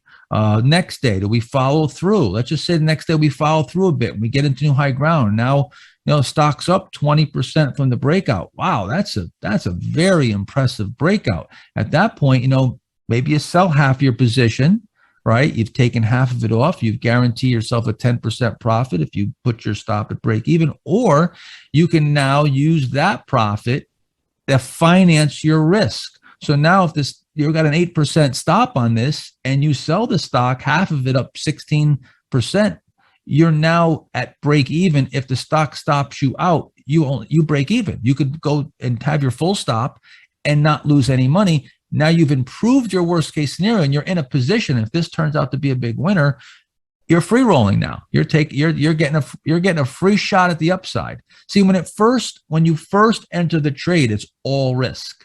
You start off with all risk. That's why you want to keep it as minimal as possible. But once you get into a profitable situation, and if it happens to be where the profit's enough where you can take some of that off and finance your risk, and of course, the bigger the gain, the less you have to take off to finance your risk. If this was a bigger move, you could take off even less and finance that risk and have even more opportunity on the upside. So this is what you're always trying to angle into, is a situation where you create asymmetric leverage, and you're always looking to improve your worst case scenario and start off with your worst case scenario being mathematically viable right off the hop. So your worst case scenario on your stop loss already makes mathematical sense just from your results of your average gain versus your average loss and so forth. But now you're trying to improve that. You're trying to improve that scenario. And depending on where you are in the market, if you're just coming off of a bear market, let's say we got a follow through day today or in the last few days, and we've come off a bear market low. We're starting to turn up off the lows. It's the 8th, 10th day. And I get this stock breaking out of a base. It's been holding up through the, maybe during this time, there's a big correction. This is just moved sideways, breaks out of a base. There's no way I'm going to sell all this stock here. I might be on the next big mover. This might be the next Netflix. And now again, your upside is unlimited and your downside is limited. That's the whole, if there's anything you get out of this, that's the holy grail. That's managing the risk-reward relationship and putting yourself in a position to take advantage of asymmetric leverage or volatility. That's the holy grail. More questions, Bob? I just wanted to add a quick golden nugget from what David Ryan said earlier, guys. All he's looking for, and I went through this process in my learning curve, to look at every chart, look at the whole chart, look at the base, look at everything. If it doesn't have that tightening on the right side, in 1 second, you should be able to identify a name that's either worth looking more closely at, or there's no way we're going to buy this if it doesn't have tightening. So don't take the time now. Time is money. So that's a big golden nugget in my learning. I just saw a question and said, can you go to the Upstart trade? Let's go to the infamous Upstart. Let's take a look at Upstart. So Upstart, and again, I still think that this could be like the Netflix situation where and I'll show you why. David and I talked about this prior to us buying Upstart and so forth. But as we were looking at Upstart, with Netflix versus Blockbuster, Netflix originally blasted off, similar to Upstart, where it had that first move, but then it corrected and it went basically sideways for I think it was 8 years. The technology was new and it had not yet vaporized the competition. And as Blockbuster topped almost to the day that Netflix went public. We talked about this, right? Well, this is similar with Upstart versus FICO, which is Fair Isaac. And Fair Isaac, look, is still, I talked about this as this being the short, and this is something that Dave and I talked about, and Dave, originally brought this point up to me saying, that this FICO Upstart situation looks like your Netflix Blockbuster situation. And sure enough, it's been moving down steadily here. They're in complete inverse relationship, right? You see here where once Upstart really started getting going, FICO is top. This is the old guard. This is the FICO score. That's their thing. That's why their symbols, FICO. It's the FICO score. Meanwhile, you have Upstart, UPSST. You have Upstart that is blasted off since there. Now since then, Upstart's starting to act like FICO a bit here, right? But huge move. And this may just be that first leg. And now we're going to see if this new way of AI, automated lending, and more important, not just lending. That's what some people don't understand about Upstart. It's not just lending. It's credit worthiness of figuring out the credit worthiness of a customer. And because of that, it's looking to give people loans for better reasons that a loan officer can't find. They're not going to be able to identify things that and this technology is AI. It's learning. It's constantly learning, improving, and getting better and better and better. I think this is the future in some way, shape, or form, whether it's Upstart or another company, where it's absolutely going to this. This is the direction we're going. Who's going to be the winner? We'll find out. But to go back to the Upstart trade, 50-80 rule. 50-80 rule. Yeah. So Upstart is off 50% here. We actually sold this stock. We sold this stock on this day right here and this day on the 14th and 15th. So, and went into it. This was just a quick short-term trade that was off of this little cheat area off of a power play type situation. It ran up here. And well, actually we sold half. We sold half on the 14th, half on the 15th. And then for the last 25% position, there was a break-even stop, which got stopped out on this day right here. I believe it was on the 26th, right, Bob? On 26th, Yep. Yeah. So those were the sell points. I'll just give you. Let me show you. You asked about this trade. I have to once again move my Zoom toolbar. This thing drives me crazy. There it is. Okay, hide floating. So bought on this day right here on the 12th, right, Bob? Yep. Right here. Bought 319.10. Right. Sold here, and then break even right here. Ended up about a 20% profit. So again, that was the trade. That was the trade in this little microcosm of this whole big move.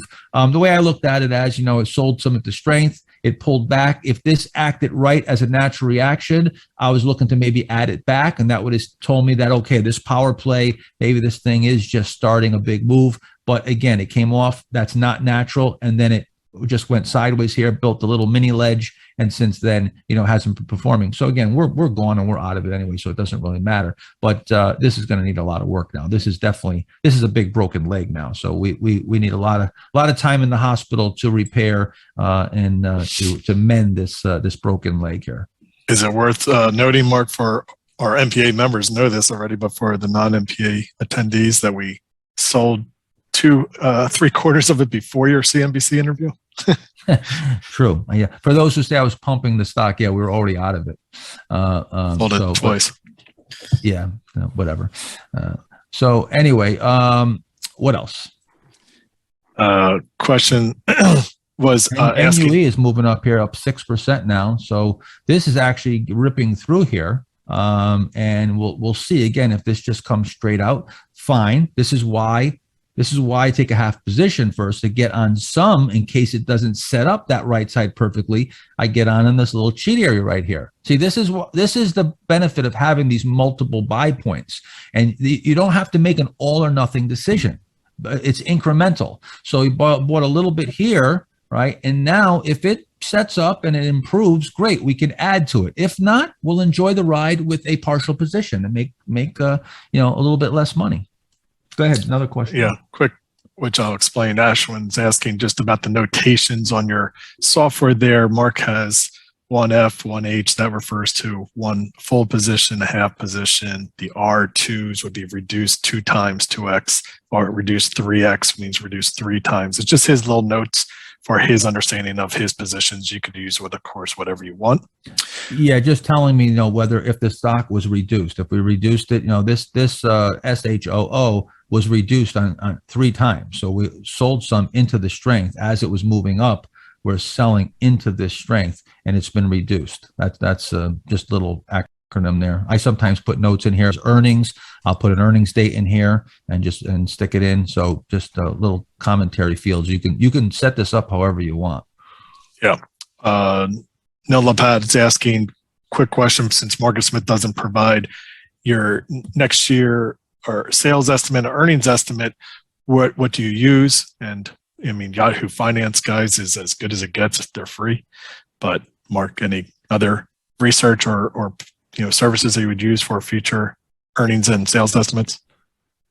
For future and earnings, well, for estimates, I mean, Yahoo, Finance is free, so that's fine. And you do have the estimates, of course, in MarketSmith for the annuals. I don't really go much beyond that, but you can maybe try Zacks. I have a Zacks institutional product. It's actually on my other on my other computer here, and I do sometimes use it for custom screening. There are a few things that when I want to write maybe a screen that, like I said, sometimes I use utility screens. Market's down, real sharp in 6 weeks. I run a 6-week relative strength screen, something that maybe I can't fine tune in MarketSmith. I do have some other options, but very seldom.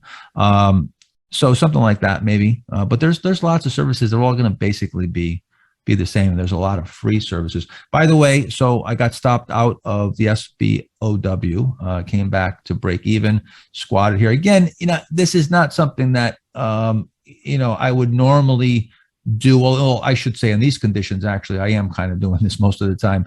But if I had a huge position, and I wouldn't have a huge position in a stock that's thin, but let's just say this is a more liquid name and I have a huge position in it, then I'm going to do with my overweight, I'm going to put a stop in something like this, where if the stock gets up, I'm either going to sell some out when it's up and take some profits and cushion myself a bit, or I'm going to move my stop to break even right away on the overweight, because I don't want to get myself into trouble with an overweight position. And then I can play that normal size position maybe with the full stop. In this particular case, I'm yapping away here and got a million things going on.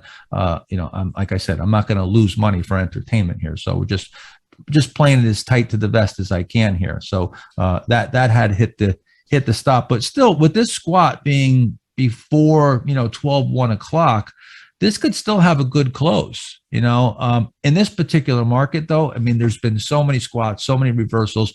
I don't even trust the really good breakouts, even when they close great. Within a day, 2-3 days, they come back. So it's been a real tough environment to have stock. I call this a squat fest. I mean, this whole year has just been the year of the squat. That's what we see over and over and over. Go ahead. More questions, Bob. Some guy named Yossi is asking on Google, do you have a time Some stop guy at named Google? Yossi? Yeah, some guy here named Yossi. We know who Yossi is. That's why he's saying that. Do you have a time stop that you We love you, use? Yossi. Oh yeah. Do you have a time stop that you use for Google, for example, that we currently own? So a time stop, I don't come up with a stop that's based on a specific amount of time. It's just if it's not acting right and it starts looking abnormal as far as the time is concerned. So, I'm really just looking for the violations. So I would really expect this to be moving out, and it's not. It's turning around here. So, but, when I first go into a position, I already have the stop delineated.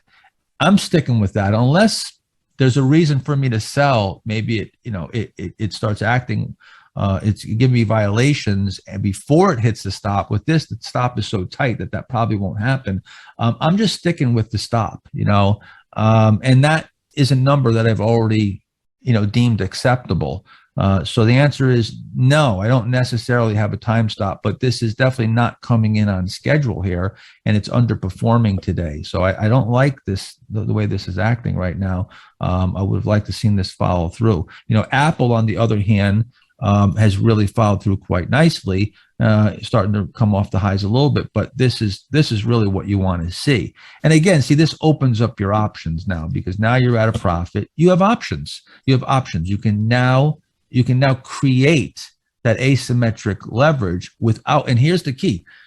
When I say create asymmetric leverage, you can create asymmetric leverage anytime. You can put your stop at break even at any time. Problem is that if it's trading close to that stop, it's going to stop you out. Okay, so creating asymmetric leverage is all about creating it without choking off the trade. You want to choke the trade off to where it acts abnormal, but you don't want to choke the trade off and not let it fluctuate normally. That's the key. So we want to be able to give it fluctuation. When you get at a profit like this, you now have room to let it fluctuate. And now if this came all the way back down, especially, let's just say it did it in one day, my stop today would easily be break even today, even though my maximum stop may be, I'm sticking with my original stop. But if this, let's just say this reversed here and came all the way down, and I see it intraday, it's at 156, it's at 152, and it's coming all the way back down.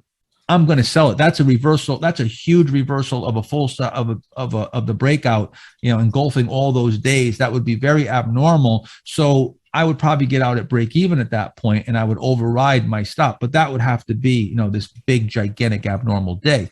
But I now open myself up to being able to create asymmetric leverage and not choke off the trade. That's the key. I'm going to keep going back to that because that's the holy grail.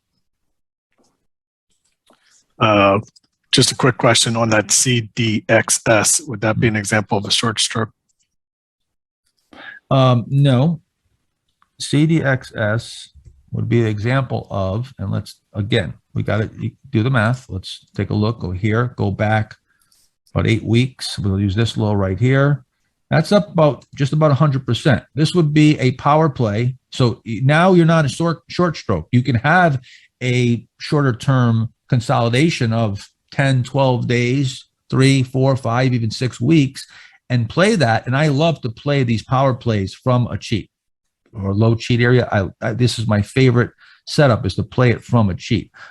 So get it low, coming off the low of the base here. So this would be a power play-esque type of setup. I say power play-esque as opposed to a confident power play, just simply because, yes, it has gone up about 100%, give or take a couple percent.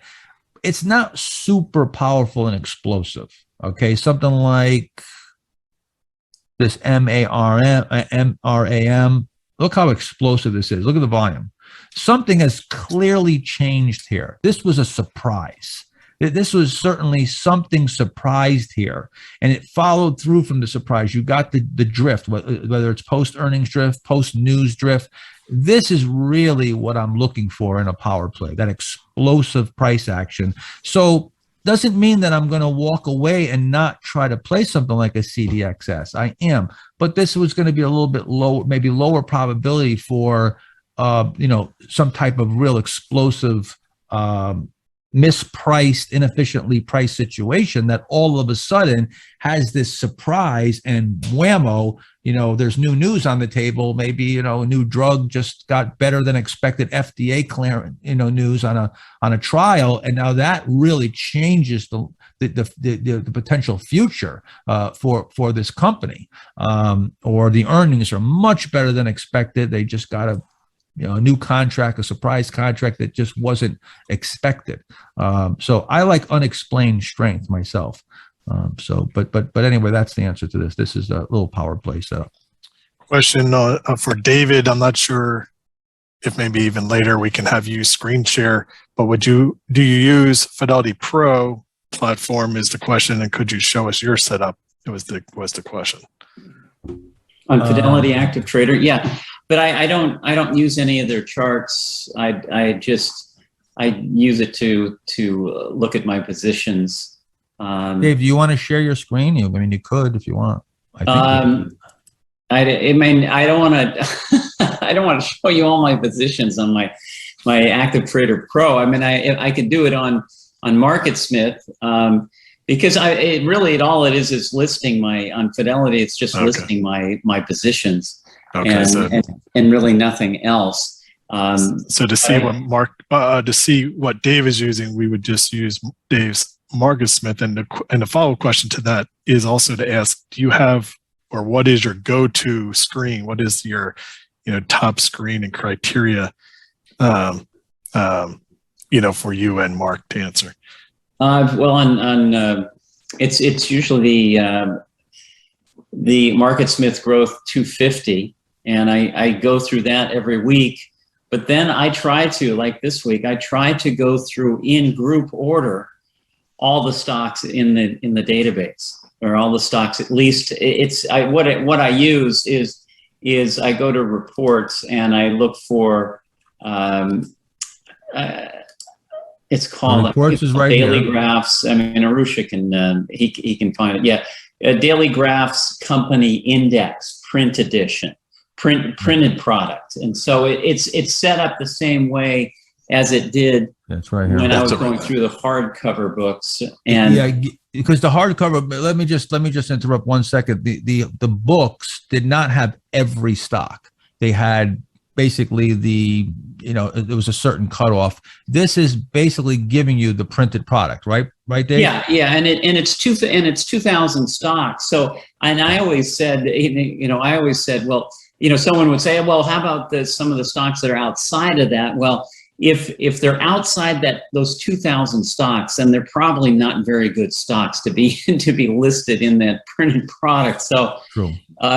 So because they have a minimum, I guess they have a minimum cutoff on volume, on price, and things like that. So you're going to eliminate a lot, the penny and the garbage. Right. Yeah, so Dave, how are you now from this point now? How would you sort this? I just go to group rank. No, not by industry name. Go to group rank. If you have group rank on there. I should have it in here somewhere. Let's see. I don't know if I set this up. You might have to add it. No, they're industry group rank right there. Yeah. Well, that's industry group relative strength, which is different. All right, So see. you must not have it in there because I want to see the strongest group ranked because I guess there's been studies done talking about where most of your biggest moves occur in the strongest groups. Right. And so I want to concentrate, especially on the top 50 groups. I mean, you could go by relative strength, but that's actually going to mix groups. I want to go by group rank, and so I see number one group right down the list. Like right now, hold on, I got to go back. You just got to click that wrench mark. Yeah, custom layout. Yeah, we got to add, where will we add that? Industry group sector, industry group rank. Yep. Yeah, like right now, the top industry groups are apply at the bottom. Is that gonna add it? Yeah, click and drag. So Click and drag hold. this. Yep. Okay. All There right. you So go. let's put this in here. Let's stick this here. Now I hit save. Then apply. And it'll apply at the very bottom. It's Okay, cut off a little bit. Well, I'm Yep. sorry. Once There you again, that the Zoom thing is in front of it. Oh man. All right. So let's see now. Do I have to reboot, or is that going to be here? No, it'll be there. It just depends where you put it. Yeah. Let me see. Let's see where if I put it in here. A lot. Yeah. So probably at the end. Well, there it is. Oh. Yeah. Where? wait, No, what did you? That's put relative again? strength. I don't see it here. Let's Go go. back. Yeah, do it again. Nice layout. Okay. So then. Industry sector. Oh yeah. So click and drag, and a lot of times I'll just put it Yeah, I don't first. see it in here. Oh, so or let's do you see. put industry? Yep. So where the triangle it's in there appears, now. that's where. Yep. Apply. Yeah, So it now should- there. I think I just saw it pop in there.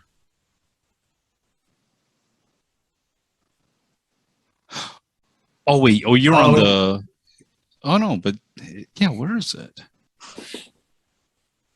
Maybe well. Oh, I'm wondering if it's still because it's in the report, but that No, shouldn't- because this is my look. Yeah. Here. It should be in there. I'm not sure. I think I have to reboot. That's what I think. But maybe no, not. it usually Well, does it but yeah. unless usually it does it instantly. Well, let me. I don't see. I don't have that because I don't. That's not how I do this. I don't look at the industry groups first. I look at the stocks and then I just let them lead me to the industry group. So here's something that David and I do a little bit differently. I'm looking purely bottoms up, and then I'm aware of groups that are strong groups, but because the stocks lead those groups as opposed to doing it this way. I do look at IBD though on the weekend, and I look at the industry group in the general market page, and I take a look at the industry groups. I look at them a little bit differently. Mark, when I just did it, it refreshed them instantly. So there's something clearly wrong. You may just want to close, log off, log back on. Well, I don't want to take the chance into it. Yeah, it should do it, but I don't know what's going on. I don't want to start messing things up here. So, but okay, we're sorted in industry group relative strength. So you're going to see here, you get all the electric semiconductors. You see, you're going to have everything. It would be similar, and then you can just once again you can go and you can toggle through them and start looking at in order of what's setting up. and you can look at the individual charts. It's all going to come back to doing this, looking through the charts individually. But anyway, go ahead, Dave. We got off base here. Yeah, so I try to go through it. I get my greatest feel from looking at so many individual stocks, and so I try to go through as many stocks as I possibly can. If I don't have the time on that weekend, then I'll go through.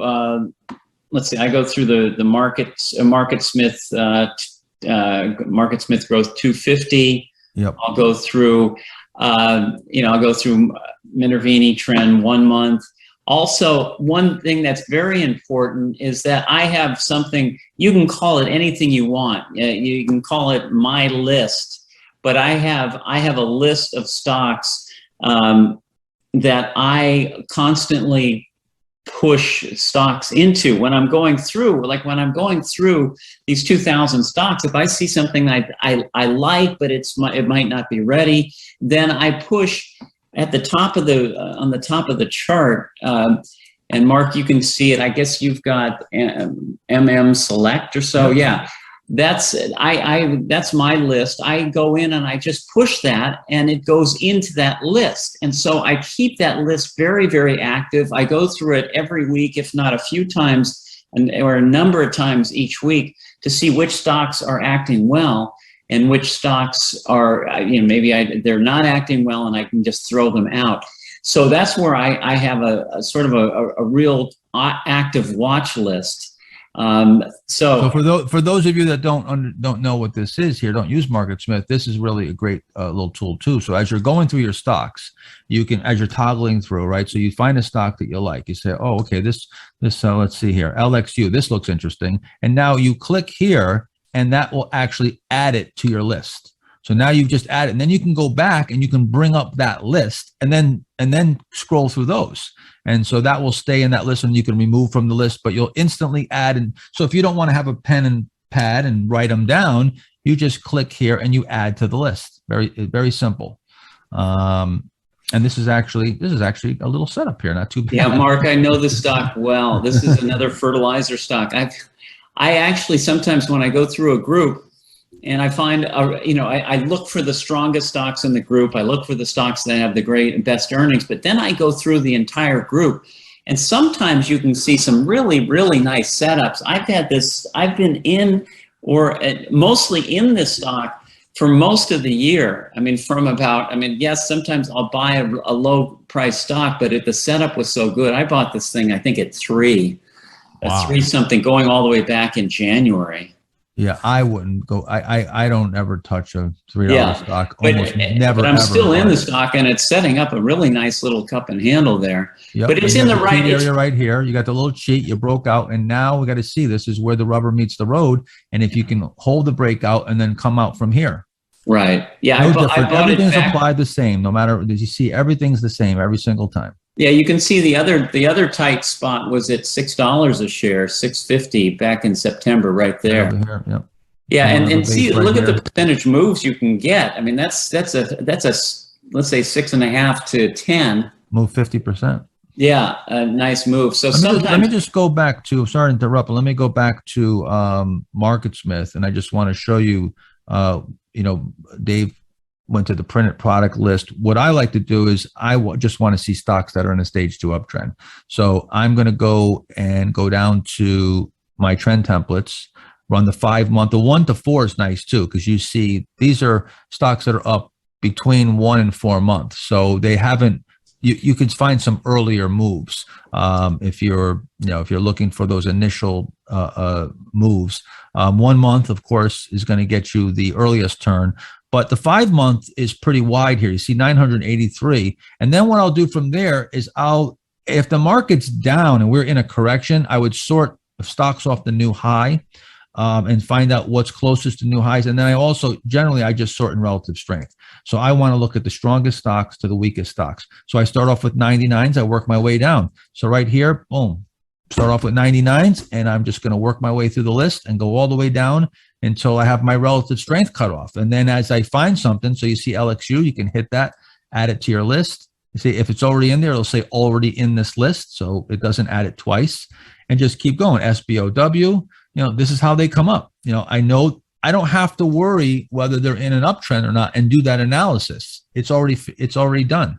And now you can actually make this. We can do a screen here. Let me show you something. New screen, new stock screen.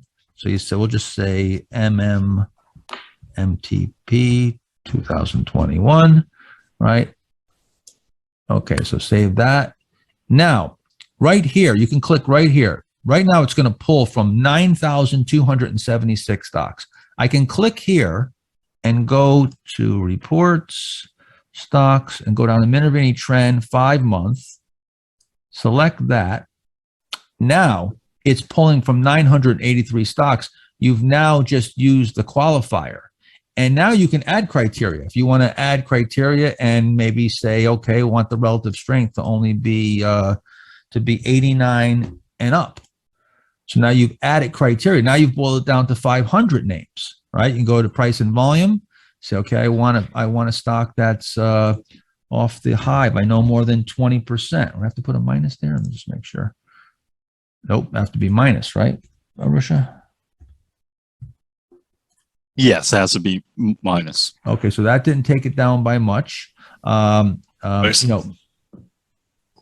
Let's see here, price and volume. We can say different criteria here. All this different criteria. You have a volume. So we'll go with the average volume 50-day average. So let's just say we want stocks that only trade 200,000 shares a day. That's going to knock it down. Now we're down to 310. See, now we've taken it down to a manageable list. And now we can go here and we can sort it on the relative strength.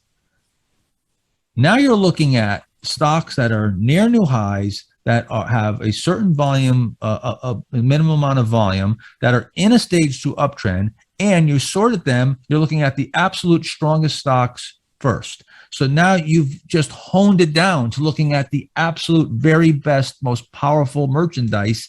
And now you've just simply got to find and start looking for price bases, VCPs, and finding entry points. And See this. now you can look at the fundamentals, and you can start looking at the company and finding out what they do. When you find out something that's close to being set up, you can investigate. You see DDS, guys, see how that's just blasted off? There's no way we're ever going to be buying that right now. That's just move on.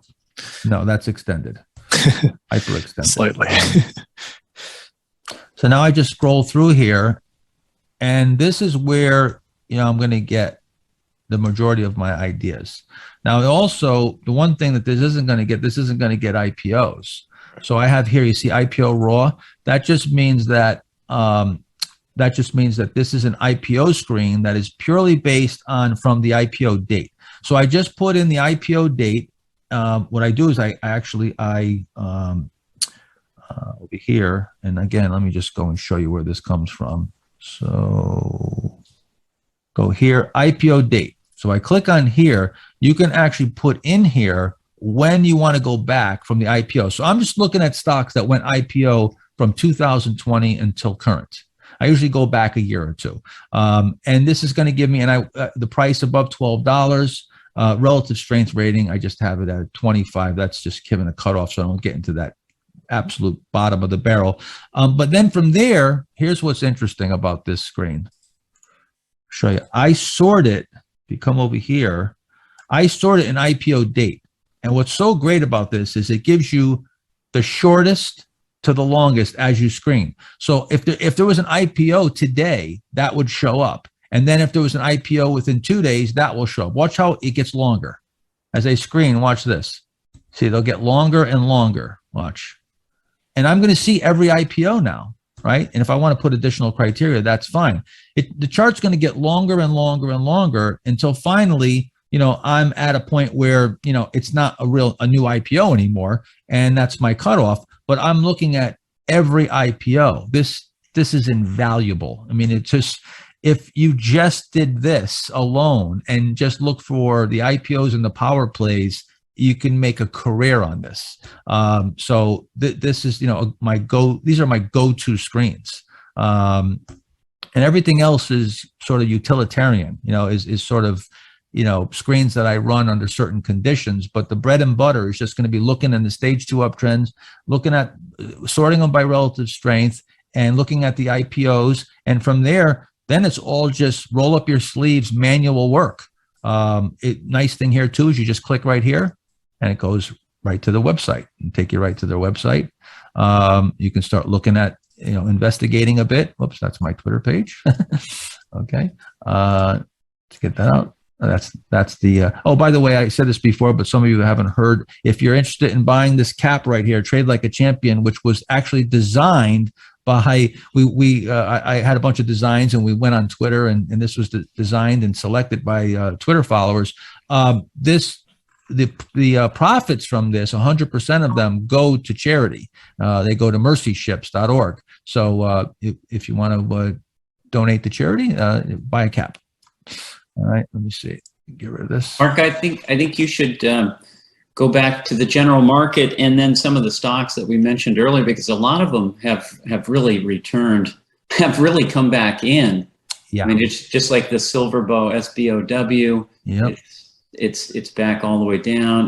But the whole NASDAQ, or at least I'm looking at the triple Qs, it really opens strong and it's really retracing the whole move. But I think you'll see that reflective. I had a number of stocks that were up real nicely that have given up all their gains. So it's just a mention to FFTY is down over 3%. Look at this. Boy, I don't like that at all. Remember I just said the rubber needs to meet the road here? And if we break down in the FFTY, that doesn't bode well for the type of names that we traffic in. And this market, like I said, I talked about Stan Weinstein and I having a conversation about a fractured tape. You got to be real careful. This is another, there's a lot of little caveats and a lot of things that we learn over the years through experience. There's a phenomenon, I guess, or whatever you want to call it. I call it the last of the Mohegan trades. And what that means is that when you get into a market that the bull market is gone for an extended period of time, and you start to see that divergence where maybe there's, only 40 or 50% of stocks above their 200-day, while the market is, the NASDAQ is well above its 200-day, and you're seeing that participation is thinning. Sorry. There'll be some setups. You'll still have some setups, but these are those later stage laggard or the leaders that are blowing off and having that last run up. This is what I call the last of the Mohegan trades. And the last of the Mohegan trades, generally, what I really refer to is the ones that happen before a bear market. Those are the really dangerous ones. And by the time you get to those last of the Mohegan trades, usually you've been in a bull market for a long period of time. Everything constantly comes back, even the stocks out and you get stopped out. If you look later on and they're higher and you're going, boy, I wish I never took that loss. And they just keep coming back. And after a while, everybody gets conditioned that this is just another pullback. They buy those breakouts and they're now convinced that, what, I'm not going to cut my loss this time. Every time I cut my loss, stocks turn around and go back up. I'm going to hold on here. And then boom, the bear market unfolds and you're underwater and you get crushed. You got to be careful of those later stage trades. The further and further you get away from the initial leaders that start the bull market, the more you're getting into the last of the Mohegan trades and you're getting into the laggards. So this is where I get into a trading mode. I invest early in a bull market, and as it ages, your time frame should come down and can get compressed and compressed and compressed until finally you're trading really short term. You're taking those short term moves and you're out really quick with very small losses. And this is how I very seldom ever get caught in any type of downdraft, because I'm just constantly crimping up and improving my worst case scenario. It's just another method of improving your worst case scenario, from big view all the way down to the smallest view, even intraday. Yeah, it looks like Nvidia's down more than 1% now, like 1.5%. Yeah. So a lot of these stocks that they gapped up. Now they're and like I said, this strength, I'd be selling right into this strength here. But I don't like this tape at all.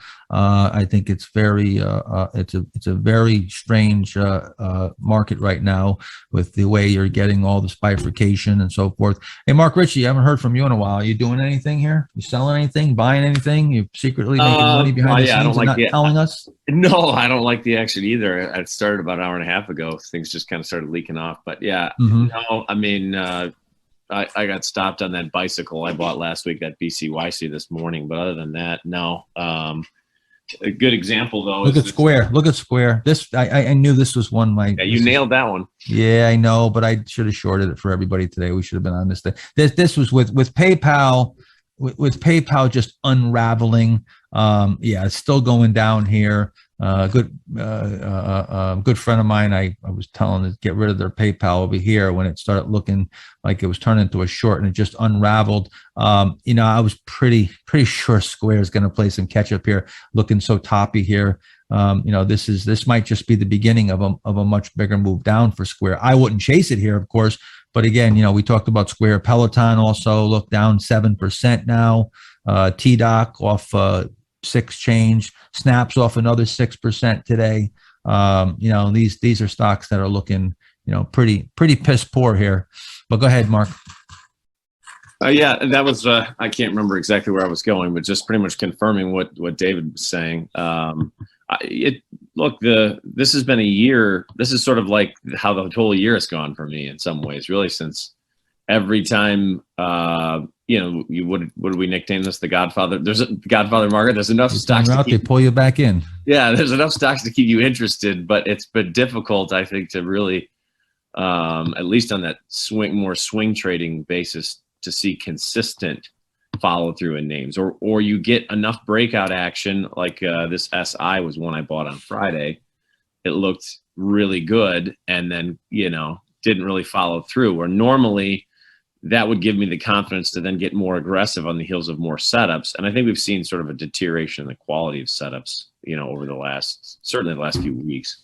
And I've always found when the volatility picks up and my stocks are just, all over the place, that's when I pull in. I reduce my exposure because markets in nice uptrends are fairly contained, and you're not getting. And then you're also seeing so much speculation in new issues, and so many new issues coming out, that it's like the Wild West. I mean, and I think it's always that feeling that I get is why didn't I get that one, or why didn't I get that one? It's because there's just so much speculation that they're popping all over the place. And when I start getting that feeling, I know I'm usually close to at least some kind of turn or some pullback in the market. I think that, and what Mark said is the difference this year is every time you would start to think the market is going to correct, they come up with some new names. I've always known that when a market really goes into a correction, you can't find anything to buy.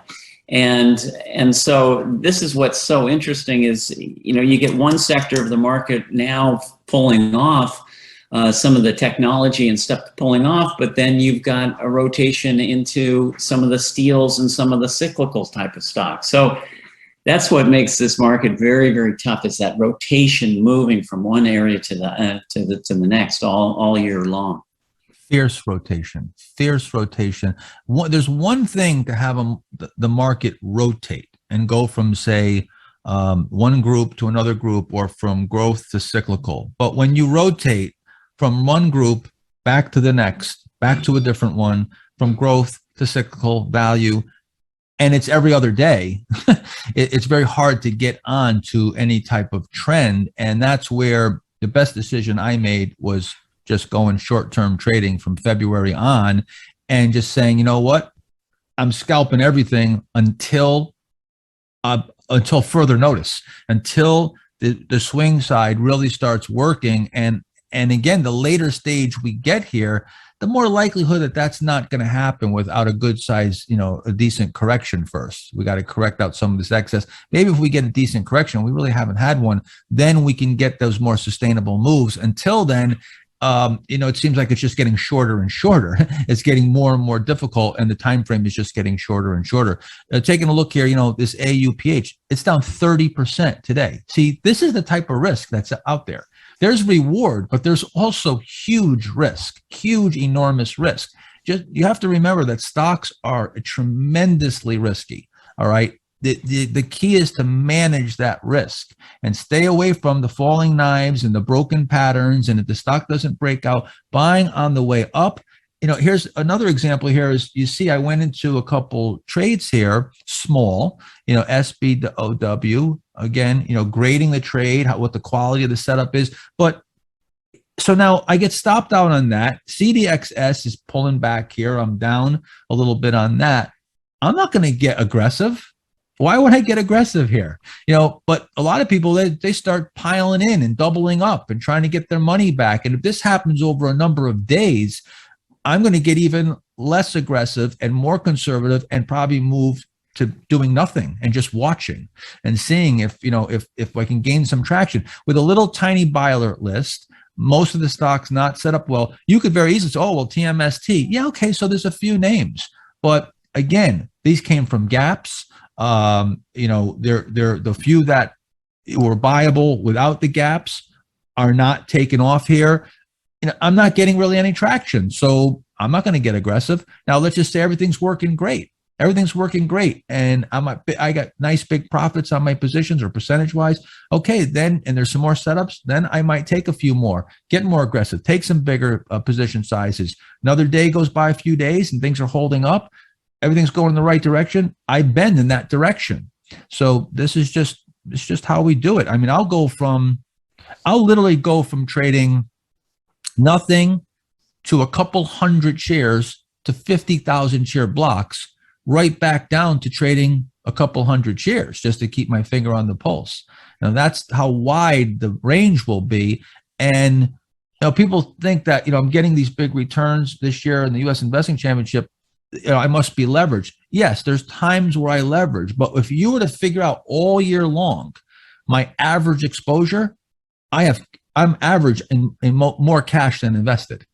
I'm actually not in that much. It's deceiving. At times, yeah, when things are working really well, it's the right situation. Yeah, I pile in. I'll pile in.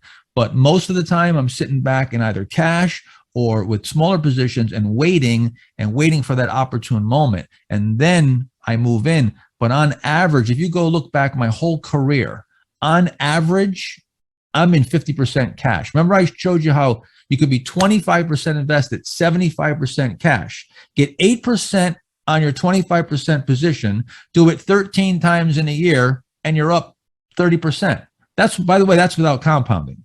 That's just using a constant $25,000 position. If you compound that, it's 42%.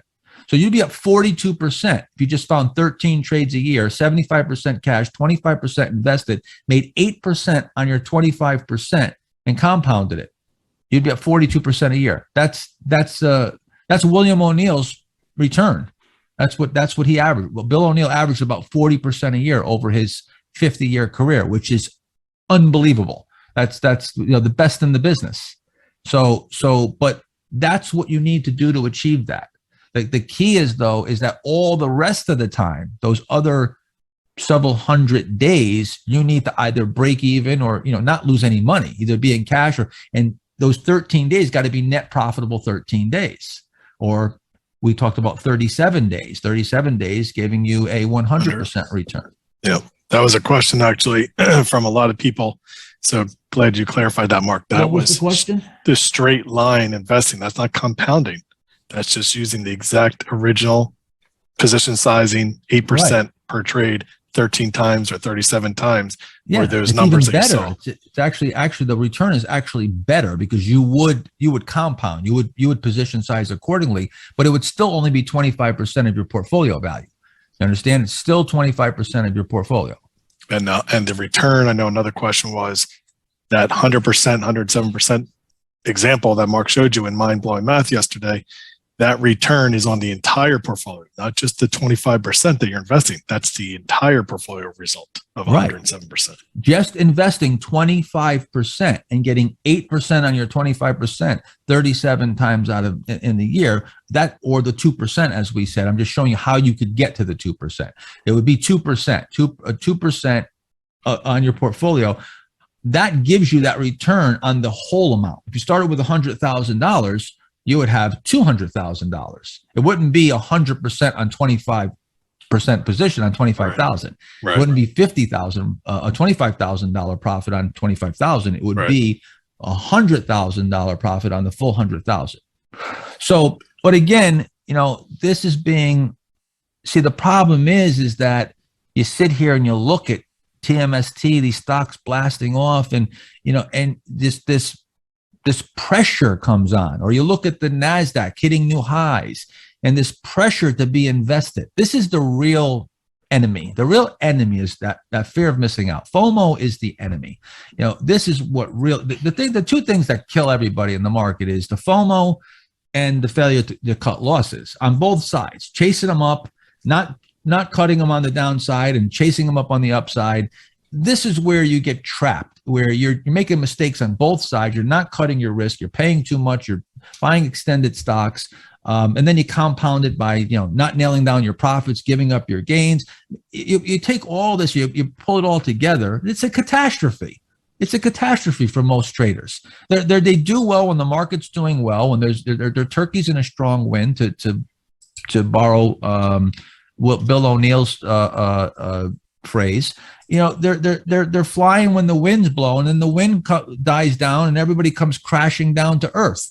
And then they give up everything because you didn't have good principles to begin with. You never started with good risk management. Whatever gets you there is what unravels you. All right. If you start off, if you don't have good risk management, then that's what's going to take you out. If you bottom fishing is going to take you out. Whatever gets you there, whatever gets you to the promised land, brings you to hell.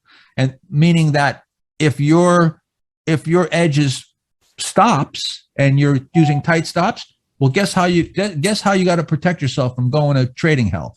You can't get stopped out a zillion times. You get death by 1,000 cuts. See, there's still risk there. Stops aren't going to mean that use stops. It doesn't mean that you're not going to blow up. You could still blow up using stops. If you don't use progressive exposure, you don't use these things judiciously, and you're not pyramiding, you can just go in there and just buy stock after stock after stock after stock and just get stopped out over and over and over, never bend with the market, and you'll blow up. You'll have a risk of ruin there too. You see, whatever gets you to the promised land, that's what takes you to hell. Just keep that in mind. All right. So that's what you have to guard against. It's a double-edged sword. When you're wielding a sharp blade, you got to be careful. You don't cut yourself with it. It can cut. You're a warrior with a sword, with a sharp sword. You can cut your opponent's head off, but you can also cut your leg off if you're not careful. So you have to realize you're still wielding a very sharp object. And that's why every morning when I wake up, the first thought I have, the first thing I say to myself is, Mark Minervini, you can do serious damage to yourself today. You've got millions of dollars sitting there in buying power, and you could take that money and make a bad move with that and create serious financial damage to yourself. That's how I start off, just respecting that risk and respecting the sharpness of the blade. And then I very carefully decide how to use that blade for the day and try to make sure that all my cuts are outgoing, not ingoing. Yep. For lack of a better. So anyway, let's see here. So I'm down a little bit here. I got this CDXS moving against me. So, but I'm trading very small, so it's not significant at this point. But I'm just looking at, again, I'm just looking at the chart, and again, we're squatting here on this CDXS. So far, this is okay. This is okay. I of course would like to see it holding up better, but we'll see if we can get a rally going into the rest of the day here. But so far, we've got just a few stocks holding up. BBW is also reversing here. See, this has been the theme where you get these quick moves, and a lot of you get these retail breakouts. This is something that David and I talked about a bunch of times, where in a market that is really healthy, institutions are stepping to the plate, and there's follow-up buying. They're building positions, and retail buyers are nowhere to be found. After a bear market, retail buy, the last thing they're thinking about, they're off working a job trying to rebuild all the damage that they did to the bear market, that they got killed because they didn't cut their losses. Later, after the bull market has has been going for, a number of months, number of years, you start getting all that retail money comes in, and now the retail buyers start break the stocks out, and the institutions are selling into the strength. Stocks liquidate on the way up, right? Smart money gets out on the way up when they have buyers to absorb their large blocks. So this is the later stage nature. This is totally consistent with every cycle going back 100 years. And it's so, this year it's been so evident, but it could go on for a long period of time. So this is where, you make that adjustment and you start doing the shorter term trading and you sell into that strength, as opposed to if this was the start of a new bull market and you came out of a bear market, these stock breakouts would, first of all, they'd probably be holding up and taking off, and you wouldn't even be able to get on board. They'd move so fast through that buy point, and you don't get much pullback. They just take off and they're gone. That's the sign of a good market. A tough market, a market like this is where they break out, they come back in, and you can get all you want at the, you missed the breakout. Oh, great. You can buy it later in the day below the breakout. No, that's not where you want to buy it. That's not what you want to see. So two things. Let's do more questions. And for another half hour, and then I don't know, Arusha. I don't know if He'll be back at 12:30 p.m. Eastern time, guys, to do a Marcus Smith review. Yeah, then we'll get into Marcus Smith with Arusha. We can dig into some Marcus Smith features. Marcus Smith is our sponsor, and today we do like to and mind you that Marcus Smith, David and I have been using Market Smith in one way, shape, or form. I go back to Daily Graphs Printed I've been using it for 30 years. So this isn't something where, and also I should point out too that we've never had a single sponsor for the Master Trader Program in 12 years. And Market Smith has never sponsored anybody outside of their own products. I'm the only product or service that they have ever endorsed ever. So both of us, this is something that we have an affection for each other, and it's not really a monetary thing as much as it's that this is what I use, and this is what I really believe is the greatest product for you to use to do what I do, to do what David does and Mark Ritchie. It's like I said, you're getting 98% of the big institutional product for like 1/20th of the cost. It's really your main tool.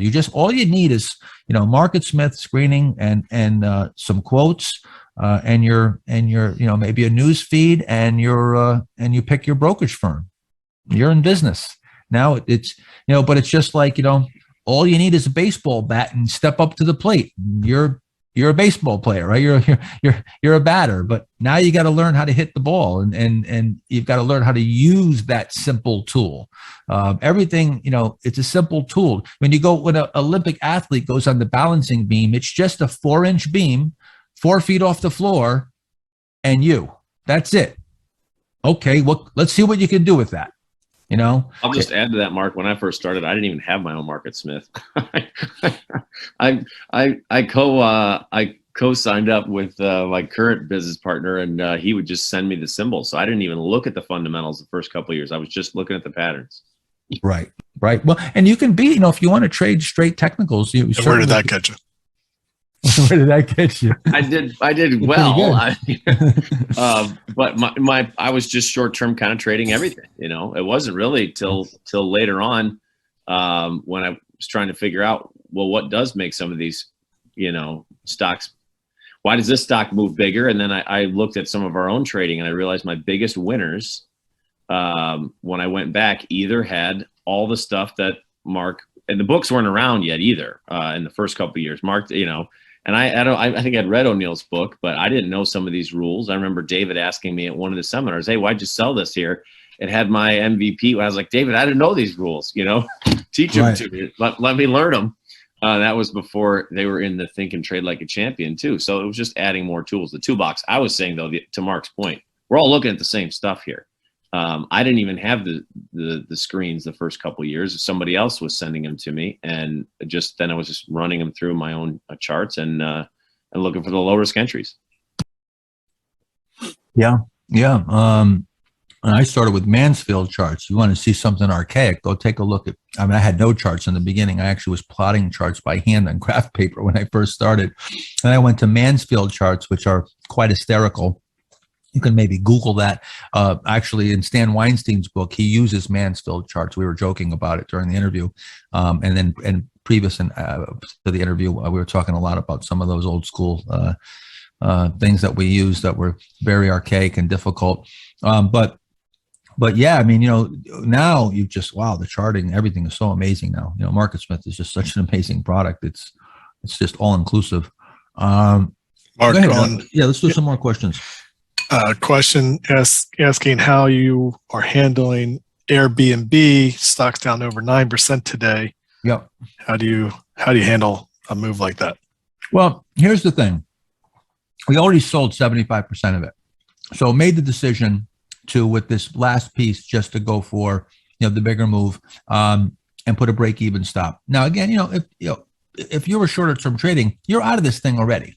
But the grand majority of it has already been nailed down. It's coming all the way back here. Yeah, this is definitely excessive. It's a full reversal. But now only being, 3 or 4% above the buy point, there's no reason to sell it here. You should have sold it already if you were going to sell it. So, but this was already cut back twice. So 75% of the profit has already been banked. So again, this is a situation where you can actually, when you take out 75% of the profit, if that profit is, up a certain percentage that pays for your risk, you could actually let the stock come all the way back down, stop you out at your whatever, 5, 6, 7, 8% stop, and still make money. Depending, like I said, you can do the math of how much you have to sell to finance the stop. In this particular case, it's break even here on the last piece. That's what we have on several of these names. CFLT is another one where already sold half of the position and now just going for the bigger move. But again, our members, they understand. Those who are short-term trading, they're long gone out of this. They were selling it to strength. So just at this point, this is this is playing it like a bigger move, but with a smaller position. SHOO was reduced 3 times. So now you cut it in half, you cut it in half, you cut it in half. You're only left with 12.5% of the position, right? 87% of the position has already been sold. Question from Herman asking if you could show the different stock screeners that you use to find your low cheats, your IPOs, the power plays, your code 33. Well, first of all, to find the low cheats, there is no screen, right? You're going to, not really. I mean, you're just going to look at the charts themselves. So you got, it's the same screen that I talked about before. Right here, this pretty much encompasses everything. It's called the loose 50. It's going to give me 400 names. It just, all it is the same screen of stocks in an uptrend above the 200-day. The reason why it's called loose 50 is because I allow the stocks to come below the 50-day by 8%. So that's for the low cheats. Some of the low cheats will set up below the 50. So I'll allow, if you put in above the 50, you might miss some of the low cheats. So by allowing the stock to be a little bit below the 50, now I don't want it to be too below the 50, and I've got to assess that as I look at low cheats have to be assessed more carefully because now you're going to have more overhead supply. The trend hasn't turned up yet. Maybe you haven't made the turn. So that's going to have to be assessed, and you just need to look at every chart. So here you see, and it's just automatically set up to go in relative strength order. So now I'm just going to go through here, see, and I'm going to go through, and now, okay, there you go. Third stock comes up, BBW. So this would have came up for you last night. You ran your screen, set it in RS order. This would have came up this morning, and you just go through here, and now you're going to try to assess where you're going to have to assess where those low cheats are with your eye. That's not going to be computerized.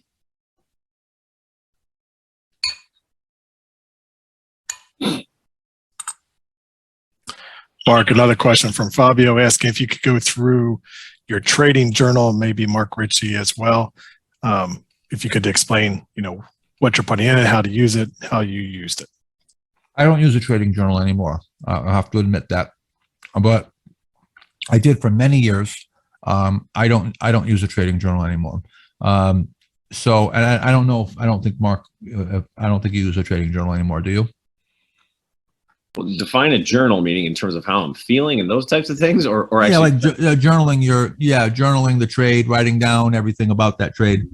well, so I track all the trades, and then those just go in. I use just Excel, and then obviously I'll put some notes in there, but not in terms of. I guess it depends what you mean by journal. Yeah, I would say that if you're just starting at this, even if you until you're successful for a long period of time, and you really been able to double your money several times, you'd be using a journal for sure. Again, I've been doing this for almost 40 years. This is so second nature to me.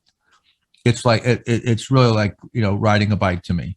Trading is, people say, you know, oh wow, you're a stock trader, it must be stressful. Not at all. There's no stress at all for me with trading. I put on $10 million positions for my personal portfolio, and I don't have one iota of stress. I know where my stop is. I know exactly what I'm going to lose before I get into the trade. And I've accepted that, and I have confidence in what I'm doing. And I have everything. I have contingency plans for everything. So again,